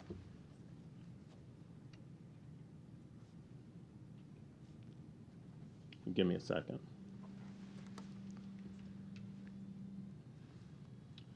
Let me see if it's positioned correctly. So I'm going to turn it. There you go. So north is pointing this way, pointing up. So this is just a aerial view of what the property looks like. So what we're looking to do is we're going to place four townhome type structures, row house, townhome. It's kind of semantics on the property. It's a 2.5 acre wooded property. So it won't create a huge density impact, we feel. Each individual unit will be approximately somewhere between 1,500 to 2,500 square foot, four bedroom units. We're going to be looking to sell them as individual residents. So so the people that will purchase will become part of the community. They'll become attached to the neighborhood themselves. And each unit, which I'll show later on in the presentation, artist rendering of what it looks like. Each unit will have a 2-car garage with direct street access. So they won't have to park on the street. There won't be a huge impact. And at the most, obviously, if you've got 4 units, 2-car garages, the impact of traffic of 8 cars, would be minimal, we believe. We are obviously part of the neighborhood. I mean, born and raised, closely connected to the neighborhood. We're part of the neighborhood. We're looking to work closely with the city because obviously we can't make any moves forward if there's something that this board or if city planning feels that we need to do. Obviously, we're going to have to address those things before we can move any project forward. So we're looking to work close with the city and with our neighbors to make sure that any concerns are addressed appropriately. because we want to continue to be good neighbors right there in the neighborhood. The other A question, you know, I'm looking at this diagram here, and you've got a lot of 90-degree angles in your development, which is a little unusual. How's it all going to lay out in there? Because you got some real small pieces, and I mean, it's an odd shape parcel for 4 townhomes to be built on. Well, and that's one of the reasons that we're here, because in our pre-meeting, we took the advice. We were actually looking at putting a few more there, and we were asked, well, cut down the number of units that you've got and change your zoning from the current zoning to the R5, and it will fit better onto the property. So, and also we can move the units closer to the street, going from the 35 to the 25. We'd be able to fit them. I don't know if my pen is working correctly, but we'd be able to fit them into this section. Because as I said, it's a wooded property. So all of this, you've got the creek coming through here, Forest Lawn Creek, and we'd be able to move the units up closer. So this portion of flat land that you see, we'd be able to place them there. So you got a creek running right through the middle of that? It's back here. Let me see if you see this dotted line. It's roughly running along that dotted line. So yes, and then there's another. Now this is just a artist rendering, so it's not not totally probably to scale. But this is how they would lay out on that property. So roughly you have, is that position correct? So roughly you have the creek running here behind, and then they would be 25 setback from the street, and they'd be all connected. So they would be roughly. So once again, roughly where this makes the bend to go towards North Ridge Drive, they'd roughly be right along the street there. All right, does that answer your question? Yeah. So really, the property as you're going would be east, I guess. There is just excess property then for you. Is that right? And it's not developable. We probably one of the concepts that we're looking at is maybe making some trails or something of that nature, so that the people that reside there would have like some recreational area. But we're looking at that a certain amount of the space behind those. So if you purchase the property, a certain amount of the space would become part of that property, or else doing like an association, a neighborhood association, so that the whole piece would be would be taken care of by the association. Okay, let me see. And the only other issue that I have before I'll show a rendering of the a preliminary artist rendering of the property of the units themselves is just that once again, I know that there's some issues with the creek that we would have to address some things, and we are going to engage an engineer to get us through that section. We're going to just walk hand in hand with the city, hand in hand with the neighbors in the neighborhood, and just address issues as we go to get the project that everybody could be happy with best that we can. So thank you very much. So you'll see the rendering. So this is all one building, correct? It's all. Do I have to stay at the microphone? No, you're fine. So it is. It's all one connected building, and it'll have a shared roof, and each unit has a 2-car garage attached to it. So this is the front. This is what the rear elevation would look like, and they'll have the way that it's conceived at this point. Now we're leaving some room open, obviously, because we know that we're still early. We think that we can get through the rezoning, because even if we rezone and we run into a hurdle, then having the rezoning on our property doesn't affect anyone one way or the other. I don't think that it impacts the neighborhood in one way or the other. But think that we'll be able to make it through with the engineering. So up front, these are going to be balconies. So each unit will have a balcony type structure, so people could look out and enjoy the neighborhood. So with that, I don't believe that there's anything else in my presentation. I will step aside and leave myself open to questions. Okay. One question. Are these for sale then, like condos, or are they rental? Our initial concept is we are going to be looking to sell them because we want to. Right now, it's only one lot.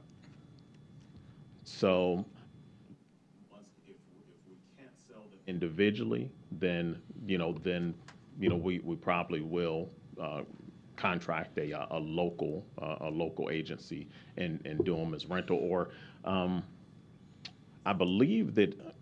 So this is my thought, and you tell me if I'm incorrect. But I believe that if we address it as a condo situation, and then there's an association, then you could still buy the individual units, even if they're on the same lot, and then you just have an association that takes care of the common property.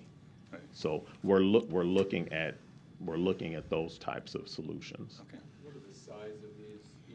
Each. The square footage? Yeah, the square footage, and what do you anticipate selling them for? So the square footage is going to be somewhere between 1,005 and 2,000, very possibly maybe even up to 3,000 square foot, but not more than that. It's very, very preliminary. I'm almost hesitant to say what we're going to sell for, because there's some other factors that we have to consider. We're going to have to consider how much the build out cost, and then that's going to factor into what the sales price is. But obviously we're going to be limited to what the neighborhood will bear. So one thing that makes us a little bit different than what I've heard today is that, once again, we're more so looking to do something to impact or improve a certain condition that we find in our neighborhood by doing the development. We want to do something that's sustainable. It would be nice. I mean, it would be nice if we could. If we could afford to have it just be open green space or a park, but that's just it's not sustainable for us to do that. We're going to have to, even if we sold it, someone else would develop it, and there'd be something new there. I know that new is always scary a little bit, but there would be something else that would be new there.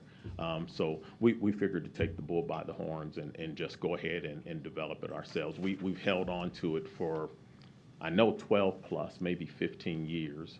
We purchased it about 15 years ago. Just full disclosure, we had a aging, ailing parents. Our parents passed away, so we were able to now refocus, and we've been moving full steam ahead to try to get the project done. So this is just one of the steps that we are going through to get the final project.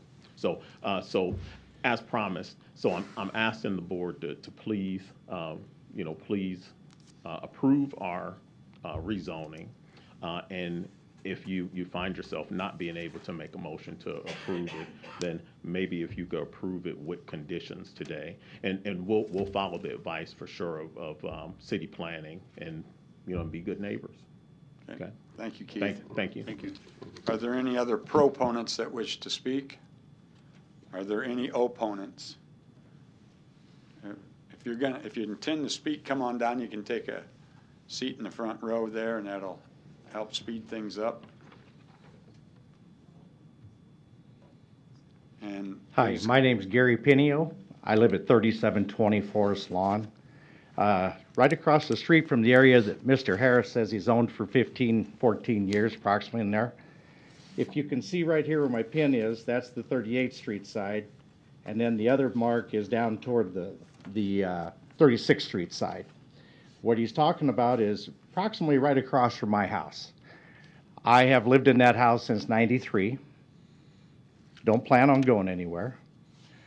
My folks owned the house since '62 before I purchased it off the estate because both parents had passed away. My question with Mr. Harris, first off, would be, you have a business on 24th Street and you said you grew up in the area.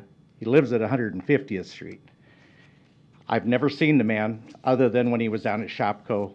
I believe he worked down there when he was on the police department. I don't know what Mr. Harris plans other than today hearing from him townhomes. First, we heard row houses. When I think of a row house, I think of like a barracks. It doesn't fit the housing area. When we're talking a 25-foot setback, changing it from 35, that means they're going to be right on the street. Yes, they're having 2-car garages from what I see. But if we're having a sidewalk, because there's a sidewalk on the east end of his property, which he never shoveled all winter, if we have a sidewalk, then that makes it even closer for a car to park in the driveway. When they're in the driveway, they'll be on the sidewalk, basically. If you look on here, my house is the one right here that I am putting my pin on, and the setbacks are way back. Next door the same. On the other side on 38th Street, on the west side, way back. The setbacks are all way back. So here we would have a housing right on the street. Not only did not maintain his sidewalks, but for somebody who's owned this property all this time, I'm the one who calls the city 3 or 4 times a year to have it mowed. I'm the one who picks up the trash. If you'll notice in the picture, if it'll show, yeah, it shows it. The dark green area from 38th to 37th, I maintain it. I mow it. I pick up the trash because I don't want to look at it. When they do come after the city is called, they don't mow my end. They just mow his end that he hasn't been taken care of. And mine I'll let get up pretty high before I mow, but they won't touch it. The fallen trees on the property, if you've been out there and taken a look, this tree line that you're seeing is the edge of the creek.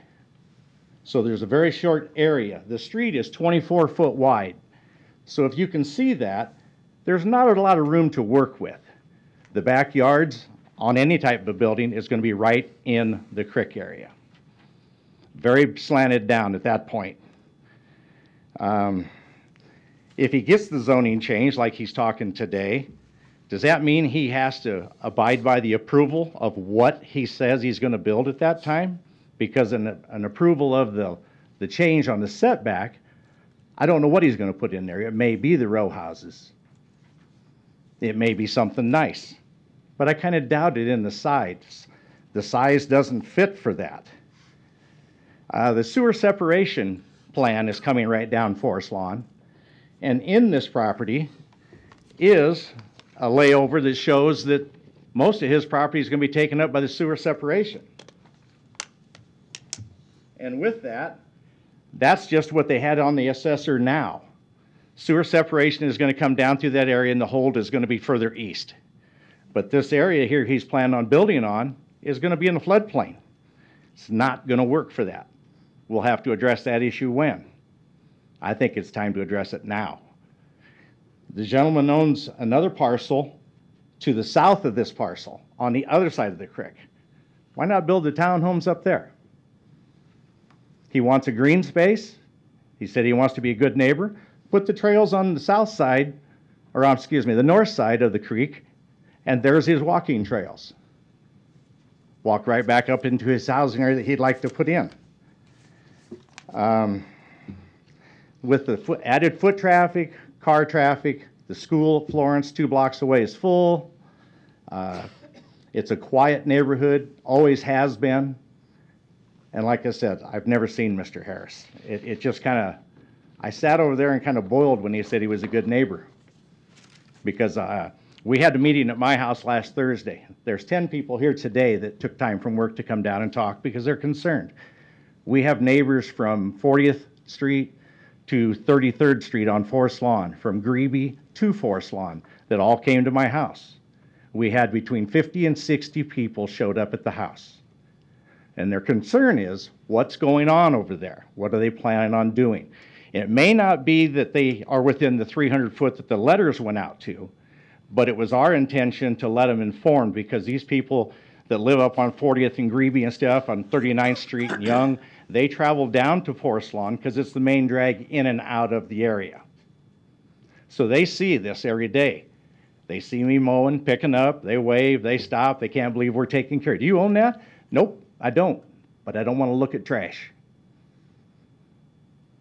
And my main concern is if he was a bad neighbor, which I'm sorry, Mr. Harris, but that's how I got to put it. You're a bad owner of this property at this time because you never mowed it until I call the city.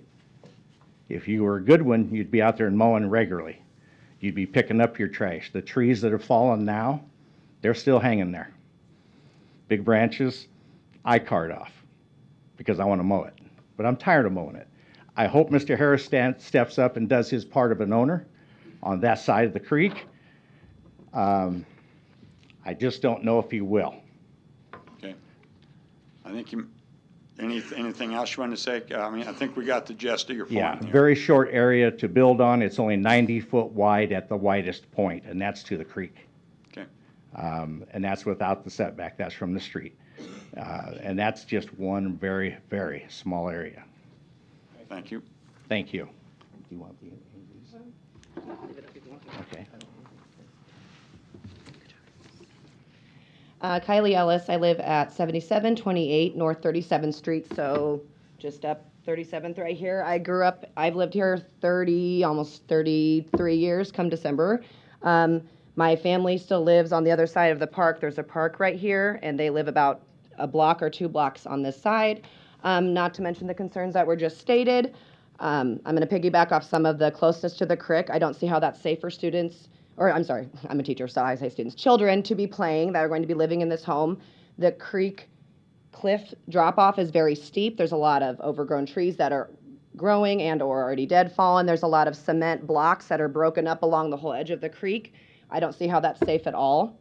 I'm also concerned about the wildlife. We have dozens of different songbirds that live in the community. We have turkey, we have mammals, we have deer and raccoon and possum, owls, hawks. I mean, I see these animals every day, and have those lives and repercussions been thought of as far as the wildlife? The green space in general, our community is known for the nature areas and the quiet and the still, and I think we all appreciate it and would like to try to preserve that. It's just not fitting in our neighborhood. Most of us have lived there for a very, very long time, and 60 people says volumes to the concerns that we have. I could go on and I could add to more, but I'm going to stop because I have some other people that would like to speak. But please consider our neighborhood and please preserve it for all the right reasons. Thank you. Thank you. Anyone else?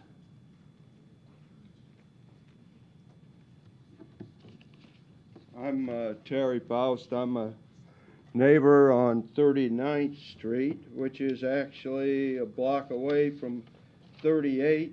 Can we have your address, Jerry? 7715 North 39th Street. Okay, thank you, sir.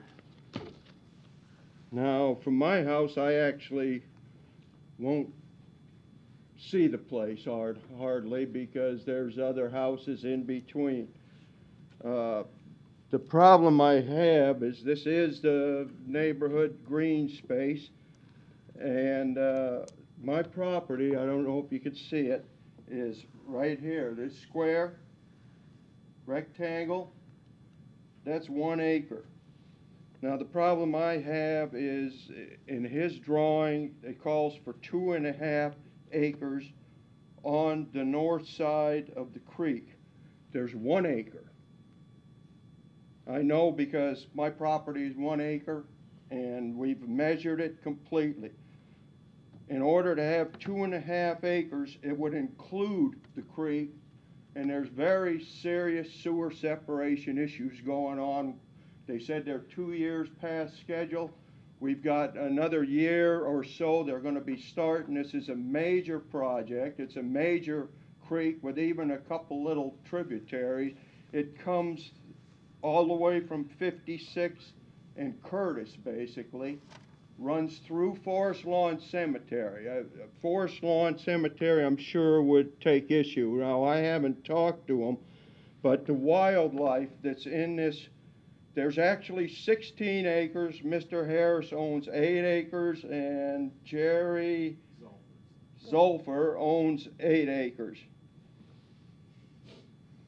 The wildlife, which is abundant, they're even nuisance sometimes for when I'm gardening and things like that, but the wildlife would be pushed all the way back in. If the sewer separation puts in a culvert for 4 blocks, which is a possibility, the wildlife is going to be pushed out, and I don't know what's going to, don't have a clue at this time what is going to be involved with the sewer separation issues. It's a major creek, and just with the current floods, it amazes me that we're in here talking about rezoning a flood area into a residential area when I just watched the thaw and the rain sending 8 feet of water down this creek.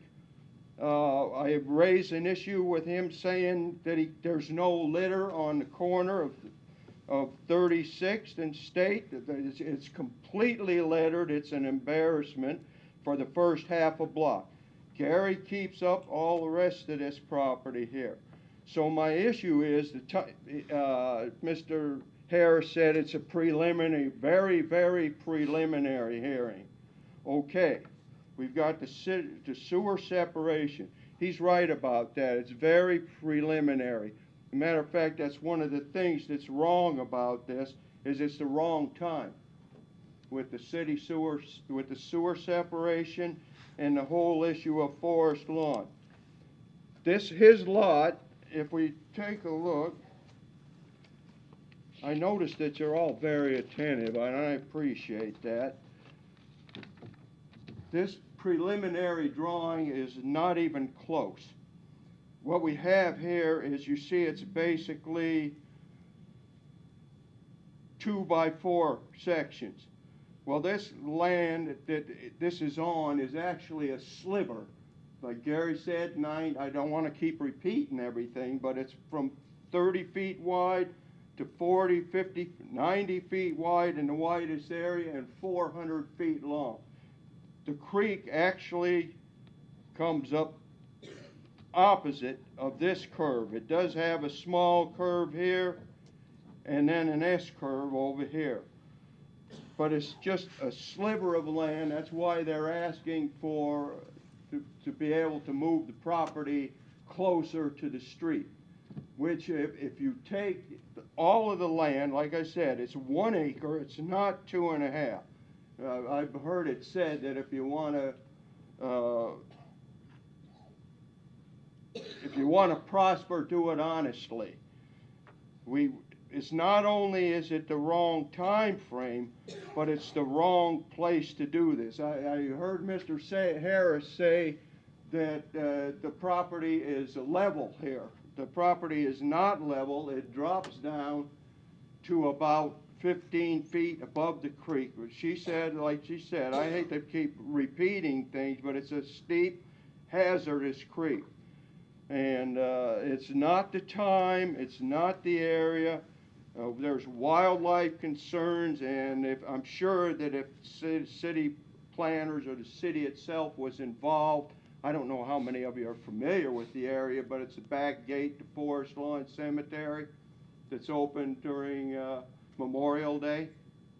It's like it's like a park running through there with large lots.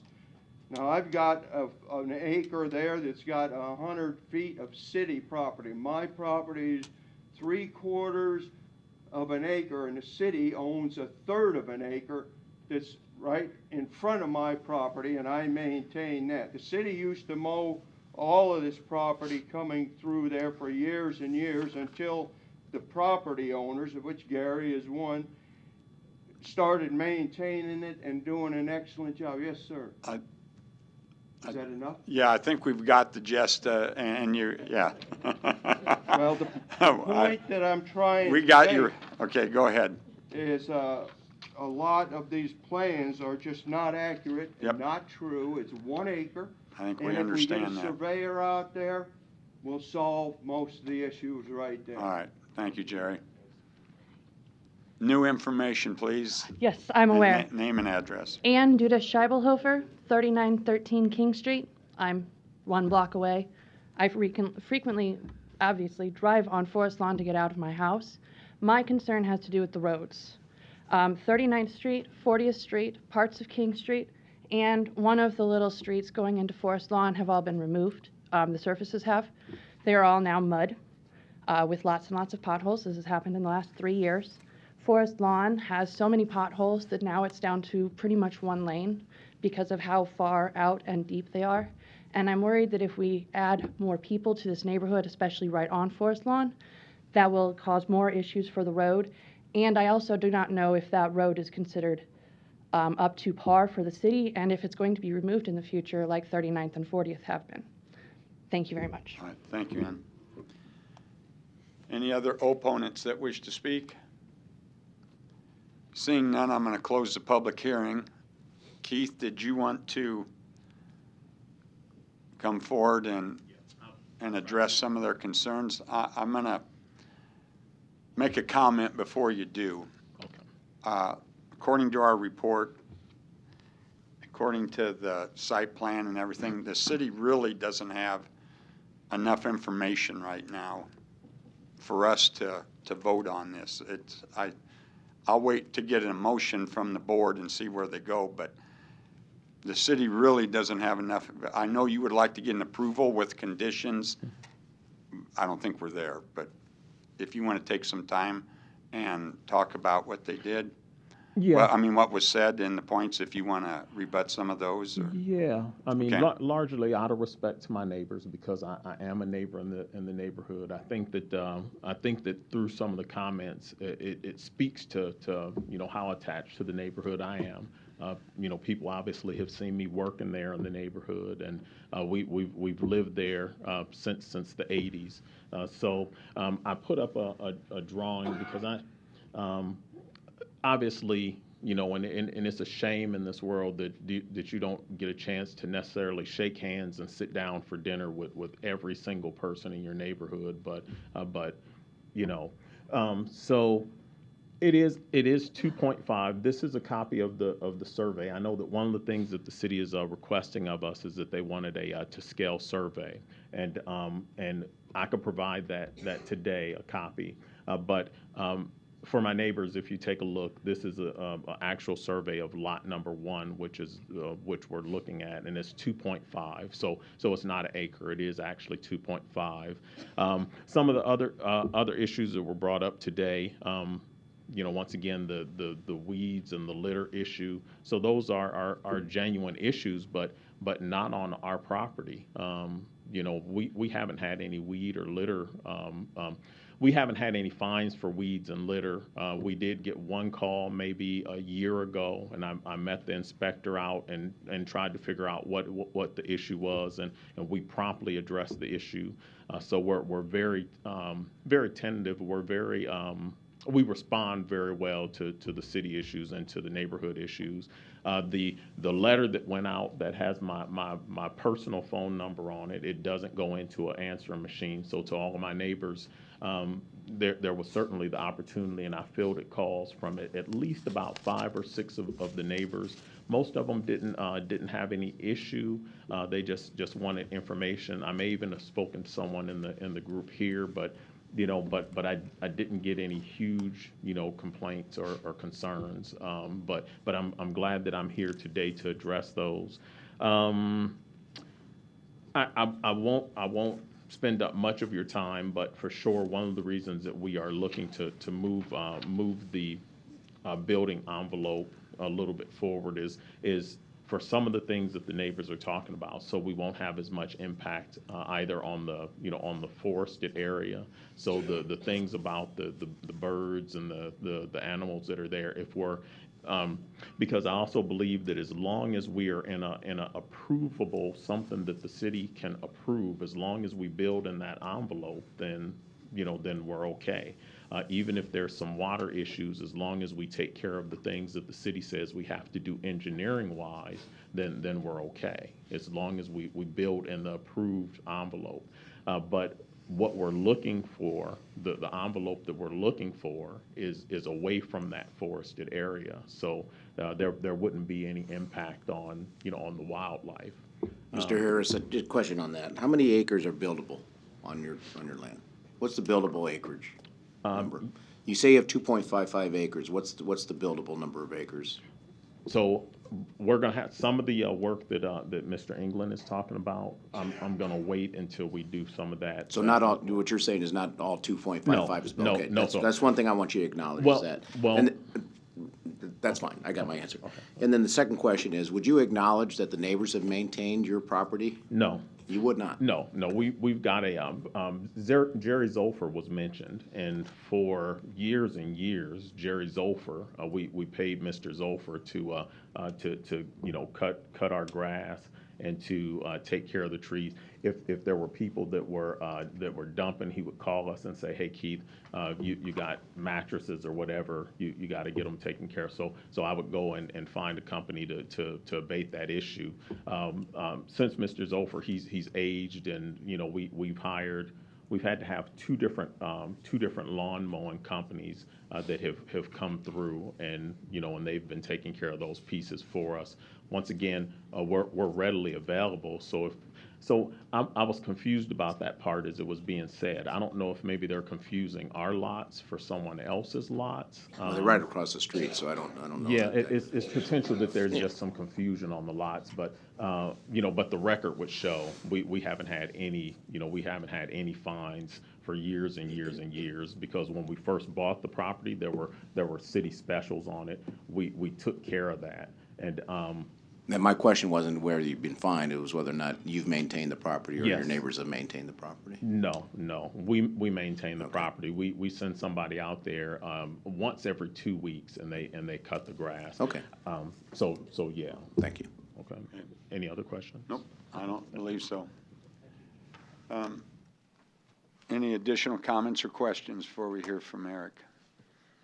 Eric? Sure. There's a lot in there.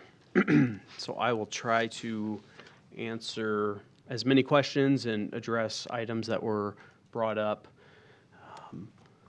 So as it stands today, yes, this is a platted lot. I might say, unfortunately, that happened some time ago of platting this into a lot. Ideally, when we have creeks associated with sites, when we go through the platting process now and projects that you see before you earlier today, those types of creeks are placed in an unbuildable outlot. That's not the case for this. So we do have a platted lot, which gives certain limited property rights. So as it stands today, the property owner could submit for a building permit for a single-family home. There's not many other items that the R435 zoning would allow as far as residential unit types. That being said, if a building permit came in for this site, I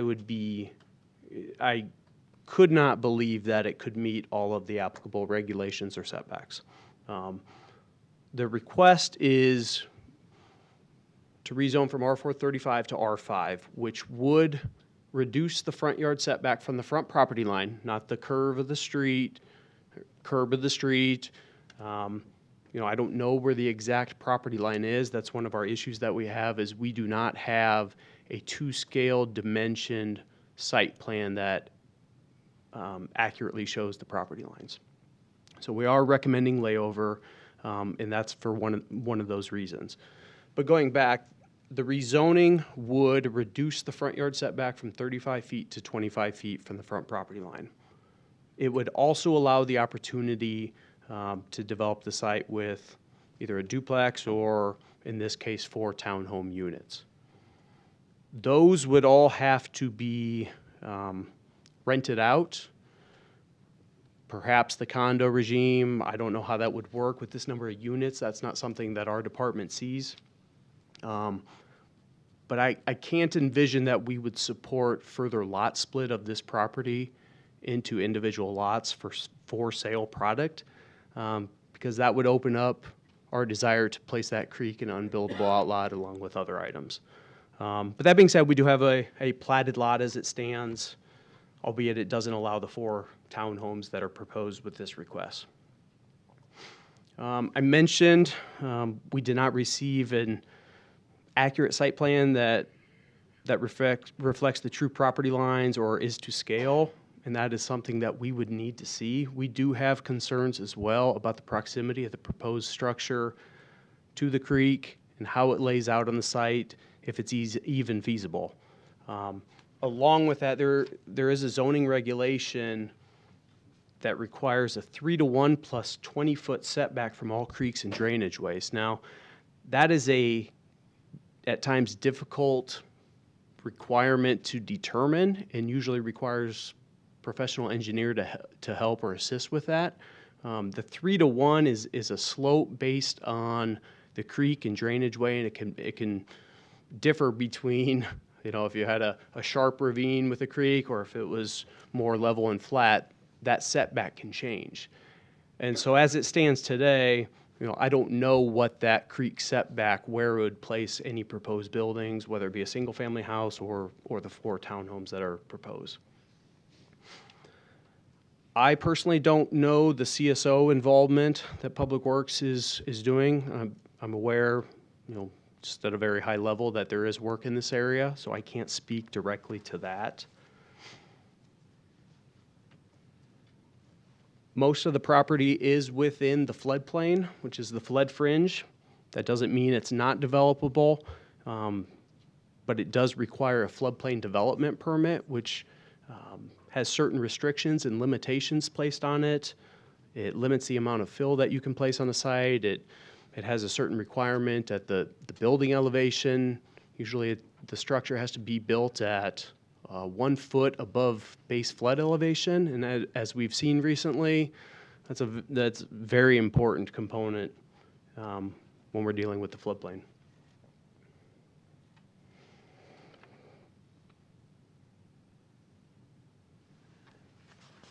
I don't know if I have a lot more.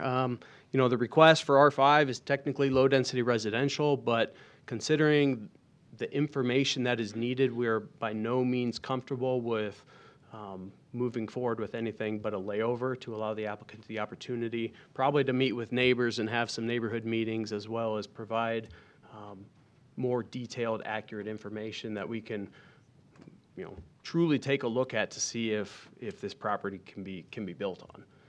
That being said, we would not support waivers from the Zoning Board of Appeals for setbacks, things like that. I can't envision that support being there. So unless you have any questions, staff is recommending layover. Okay, do we have a motion? Motion to lay over. Second. Got a motion and a second. Lisa, will you record the vote? Pate, Yes. Morris, Yes. Carnes, Yes. Rosacker, Yes. Moore, Yes. Mr. Chair, Yes. motion approved. Sure. Another agenda item that was pulled off of consent is agenda item number 17, case C10-19-57. Applicant is Indian Creek Nursery.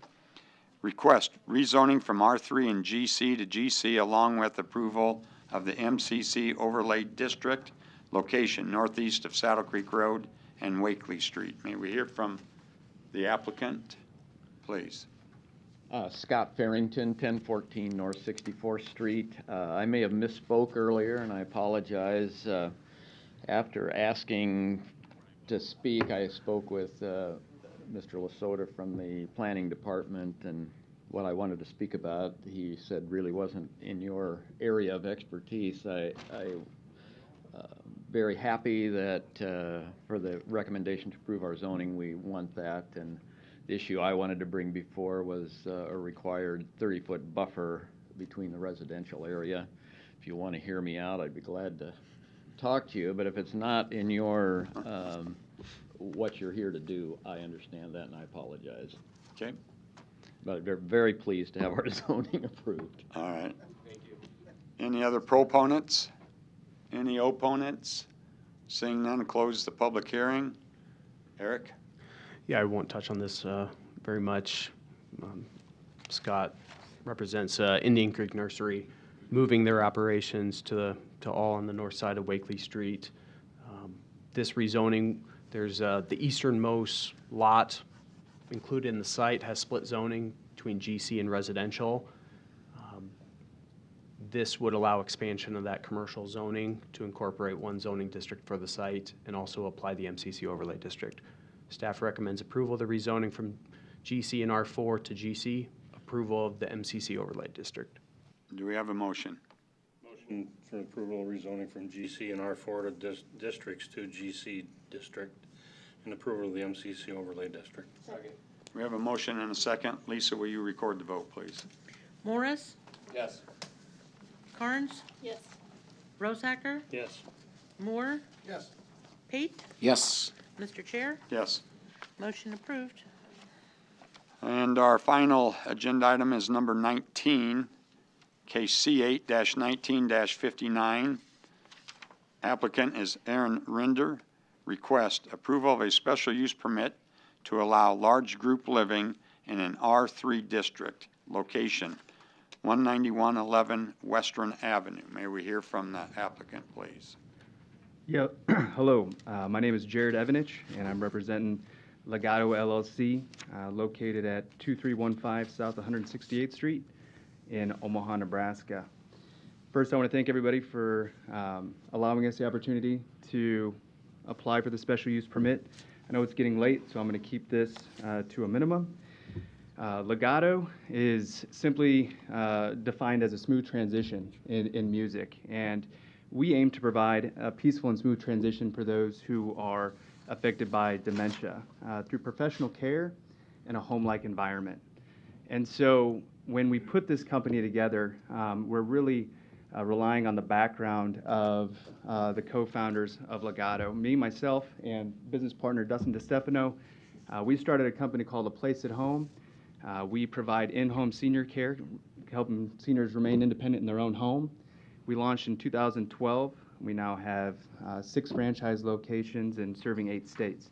So we know a little bit about senior living and what it takes to keep seniors independent. We've teamed up with Comfort Care Homes, as you may have known it or seen it in the community. They are a large group senior living community that helps those with dementia remain as independent as possible in a safe environment. Render Group, Erin Render, as well as her husband, they've owned this 20-plus year company in Omaha for over 4 years. And between the two of us, as well as partnering with local builders and builders who've also, the area in question here is in Five Fountains. And so the builder has also built many homes in Five Fountains. So it's always been our goal to be a home-like environment, to look like a home, and to also fit right in with those homes that are currently in the neighborhood. So let's talk a little bit about the home, and we've provided a front elevation as well as a plot plan. Happy to provide those on screen if anybody would like. But it is going to be luxury living for those with dementia. It is going to look like a single-family home. It will have a garage. There will be parking. It will be a nice privacy fence around the home, being able to make sure that not only the residents there have a peaceful environment to be able to live outside, but also that the neighborhood really would never know the difference between it and another home. And so in the home, we do plan to staff it very well, almost beating local ratios of assisted living by 50%. And although we do plan to staff it well, that means no more than 3 people full-time in the home at any given time. So with that being said, not only is it our intent to keep it in line with single-family home, but also to keep it locally staffed, locally administrated, and locally built. Ultimately providing a positive impact on the community, on the neighborhood, and its residents, and also providing some of these residents, a place for their own family members should they need it. In close, I will just mention that 1 in 3 seniors will pass with some form of dementia. We aim to provide a solution for those seniors who wish to live in a beautiful community such as the Five Fountains neighborhood. Okay. Yep. Any questions, comments for Jared? How many maximum would this? No more than 12 residents in the home. Okay. It's almost 5,000 total finished square feet, ranch style. But I only see, unless I'm reading this wrong, I only see 4 bedrooms? 4 bedrooms up, 4 bedrooms down. Up and down. 2 per residence per room up. 2 of the rooms, or 1 of the rooms downstairs would be shared, and 2 private rooms downstairs. Okay. Thank you. Jared, what type of, what level of independence would the people that are living in your house have? Like, are they able to drive themselves places, or are they need 24-hour care, or what level are they at? We really deal with clients who need more 24-hour care. Driving is something that probably hasn't been in their history for quite some time. Take higher acuity clients because of our staffing ratios, and we often see a lot of the people filling homes like this being those that traditionally would be in an assisted living or one of their memory developments that you'd see in a bigger kind of community like CCRCs, but even out, kind of beyond the skill that they've normally been able to get even in those communities. Yeah. So pretty high level. So they won't have vehicles themselves at the... No vehicles. So really all you're gonna have is the, whatever cars that the employees have, and then guests. That's, Yep, visiting absolutely. their loved ones. Guests visiting loved ones. If there's Take the residents out at times, or? that would be ideal. Unfortunately, the majority of the residents we have, that wouldn't be possible. Okay. Okay. Any other questions? Thank you, Jared. Any other proponents that wish to speak? Seeing none, are there any opponents that wish to speak?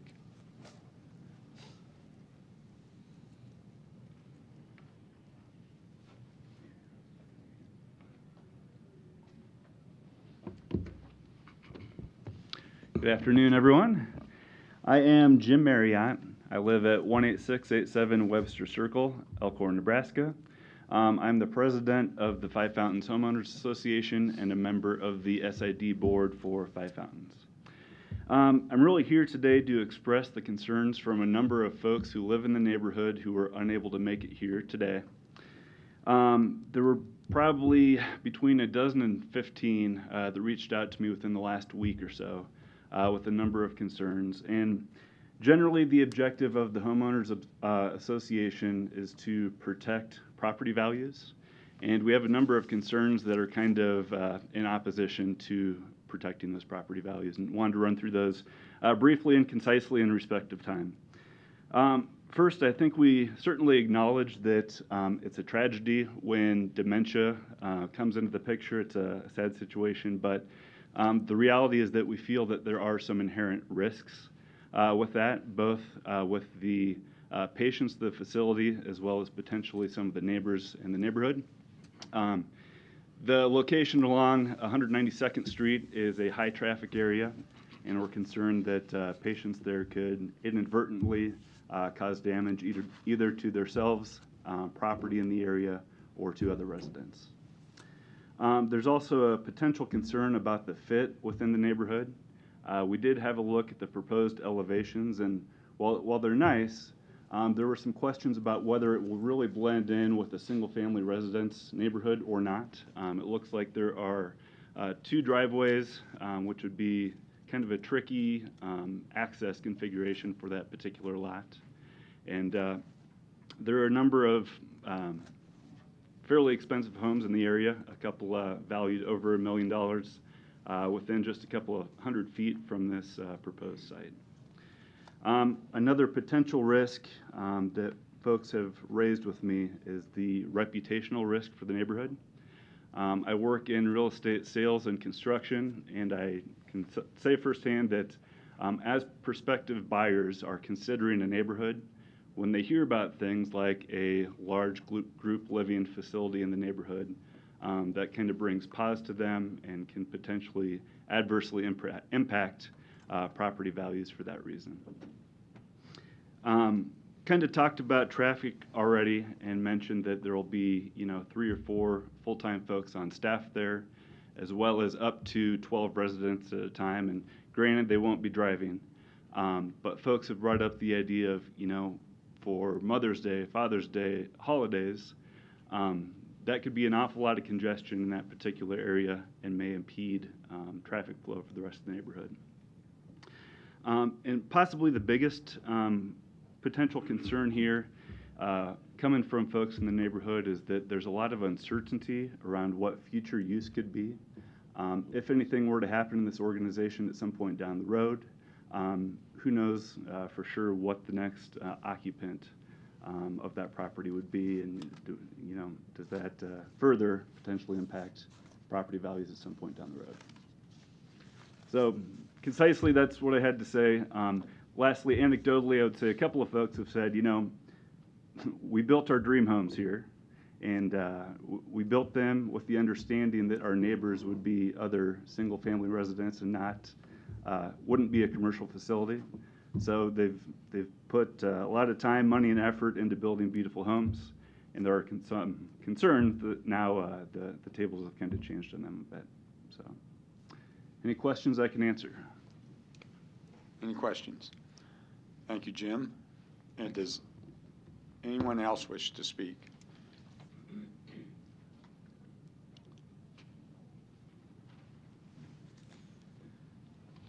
Rich Jareski, 18916 North HWS Cleveland Boulevard, longest address I've ever had, Elkhorn, Nebraska.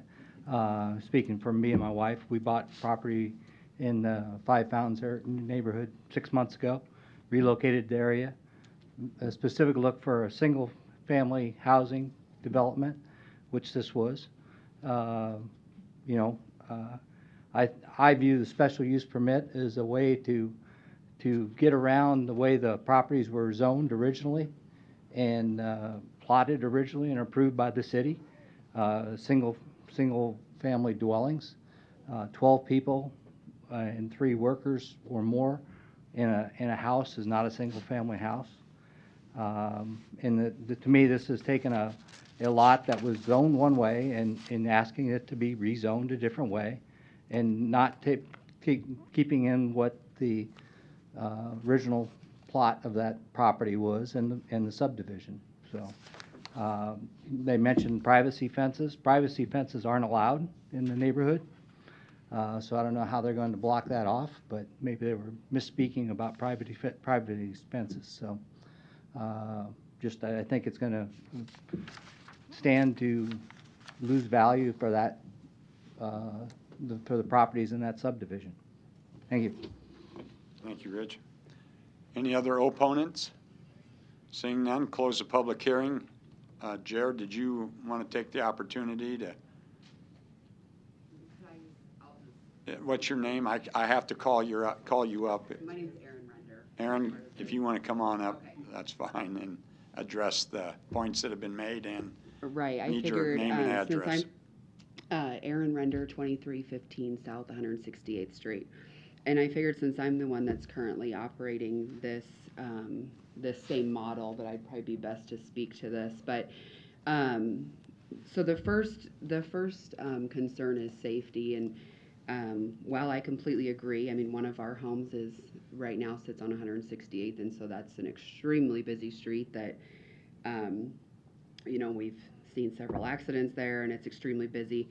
The thing to remember is that our homes are completely secured, so they have to have residents. We have to have a code to get out. Part of our shift change is to ensuring that all of the doors and everything are secured, and so those residents, and as Jared said, a lot of the residents that we're seeing now, the concept used to involve people that were higher functioning.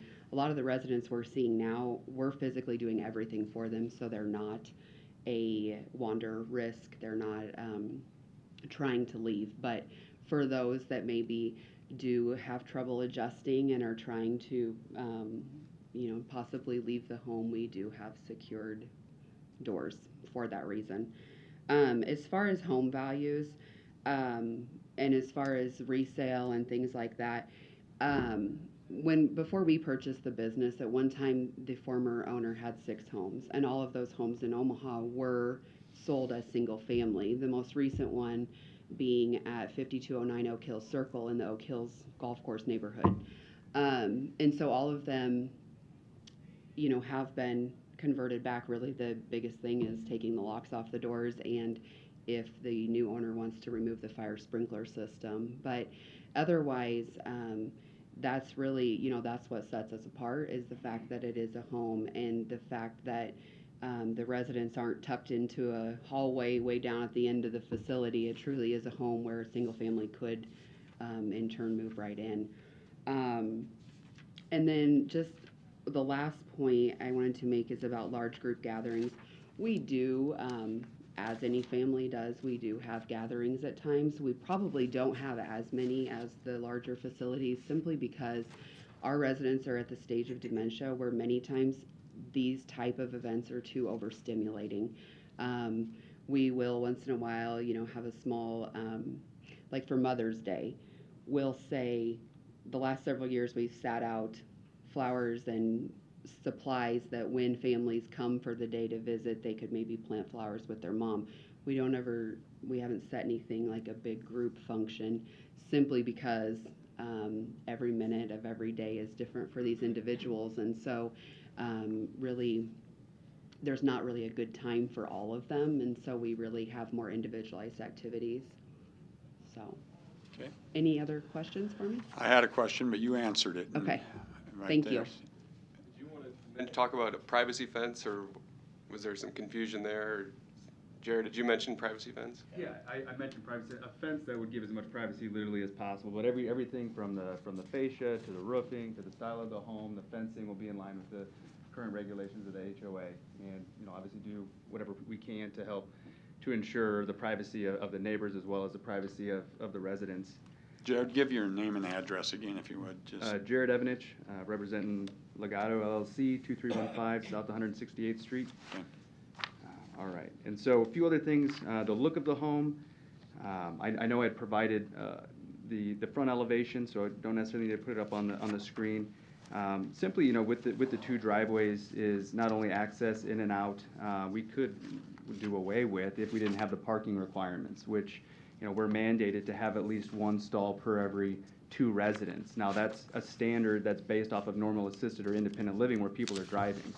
This is an entirely different, ball game, or else we wouldn't have a separate driveway or separate entrance. The values of the home around it, this project with the starting expenses are going to easily reach $1 million, so we're right in line, and we are definitely invested in this neighborhood, very similar to the single-family homes, and definitely want to not only impact in a positive way the value of the neighborhood and the community, but provide a place of residence to those who made it their lifelong dream to live there. 1 out of 3 going to die with dementia. There's a good chance that many of the people in the neighborhood will fill this home. So definitely a good chance to continue and be a very thriving piece of the community. So that is really all I need to say, other than, we've heard patience and facility, when in reality we have residents and we have a home.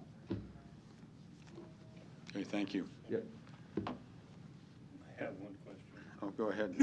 And this is kind of not necessarily germane to our decision, but I'm a construction manager, so I look at plans all the time, and I see that this is a walkout on one end, but I don't see any stairway in higher between the 2 levels. Do they have to go out and around to get back in, or what? No, there is a stairway. We've updated the plan since then. Okay. I believe we may have even submitted it, Okay. and I can show it on the screen, but there is a stairway. That's okay, I don't care, I just Yeah, curious. absolutely.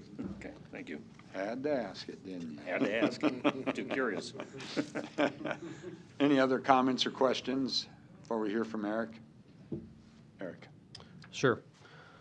Yeah, so large group living is classified as a residential use in the zoning code. Yes, it is a for-profit business that is running that, but the actual group living facility, it's classified as residential. If it was 8 residents or fewer, it would be permitted outright. It would just be submitted for building permit, but because it is over those 8 individuals, it's classified as large group living, and it fits under the special use permit, just so that there's extra review of the project to make sure they're compliant with all codes, give the opportunity for public hearings and that sort of nature. But the actual base zoning district is not changing. That's remaining R3. That is not impacted by this request. Just a few items that the applicant will have to work with department on. a few small modifications regarding a little bit of landscaping tweaks and the parking layout to make sure that those are meeting all the applicable codes, such as required 4-foot tall landscape screening to prevent headlights from going to adjacent properties in that type of nature. That being said, staff is recommending approval of the special use permit to allow large group living in the R3 district, subject to the 7 conditions in the recommendation report. Do we have a motion? Motion for approval of the special use permit to allow large group living in the R3 district, subject to the 7 conditions in the recommendation report. Second. We have a motion and a second. Lisa, will you record the vote? Carnes? Yes. Rosacker? Yes. Moore? Yes. Pate? Yes. Morris? Yes. Mr. Chair? Yes. Motion approved. That ends our business. Do we have a motion for the minutes for the pre-meeting and the public meeting? Did everybody get the minutes? I didn't get them. Okay, and I don't think we should do a motion. Yeah, well then let's forget that. We'll catch that next. Do we have a motion for adjournment? Motion to adjourn. Second. We have a motion and a second. Lisa, will you record the vote? Pate? Yes. Morris? Yes. Carnes? Rosacker? Yes. Moore? Yes. Mr. Chair? Yes. Motion to approve. Motion to adjourn. 5:20.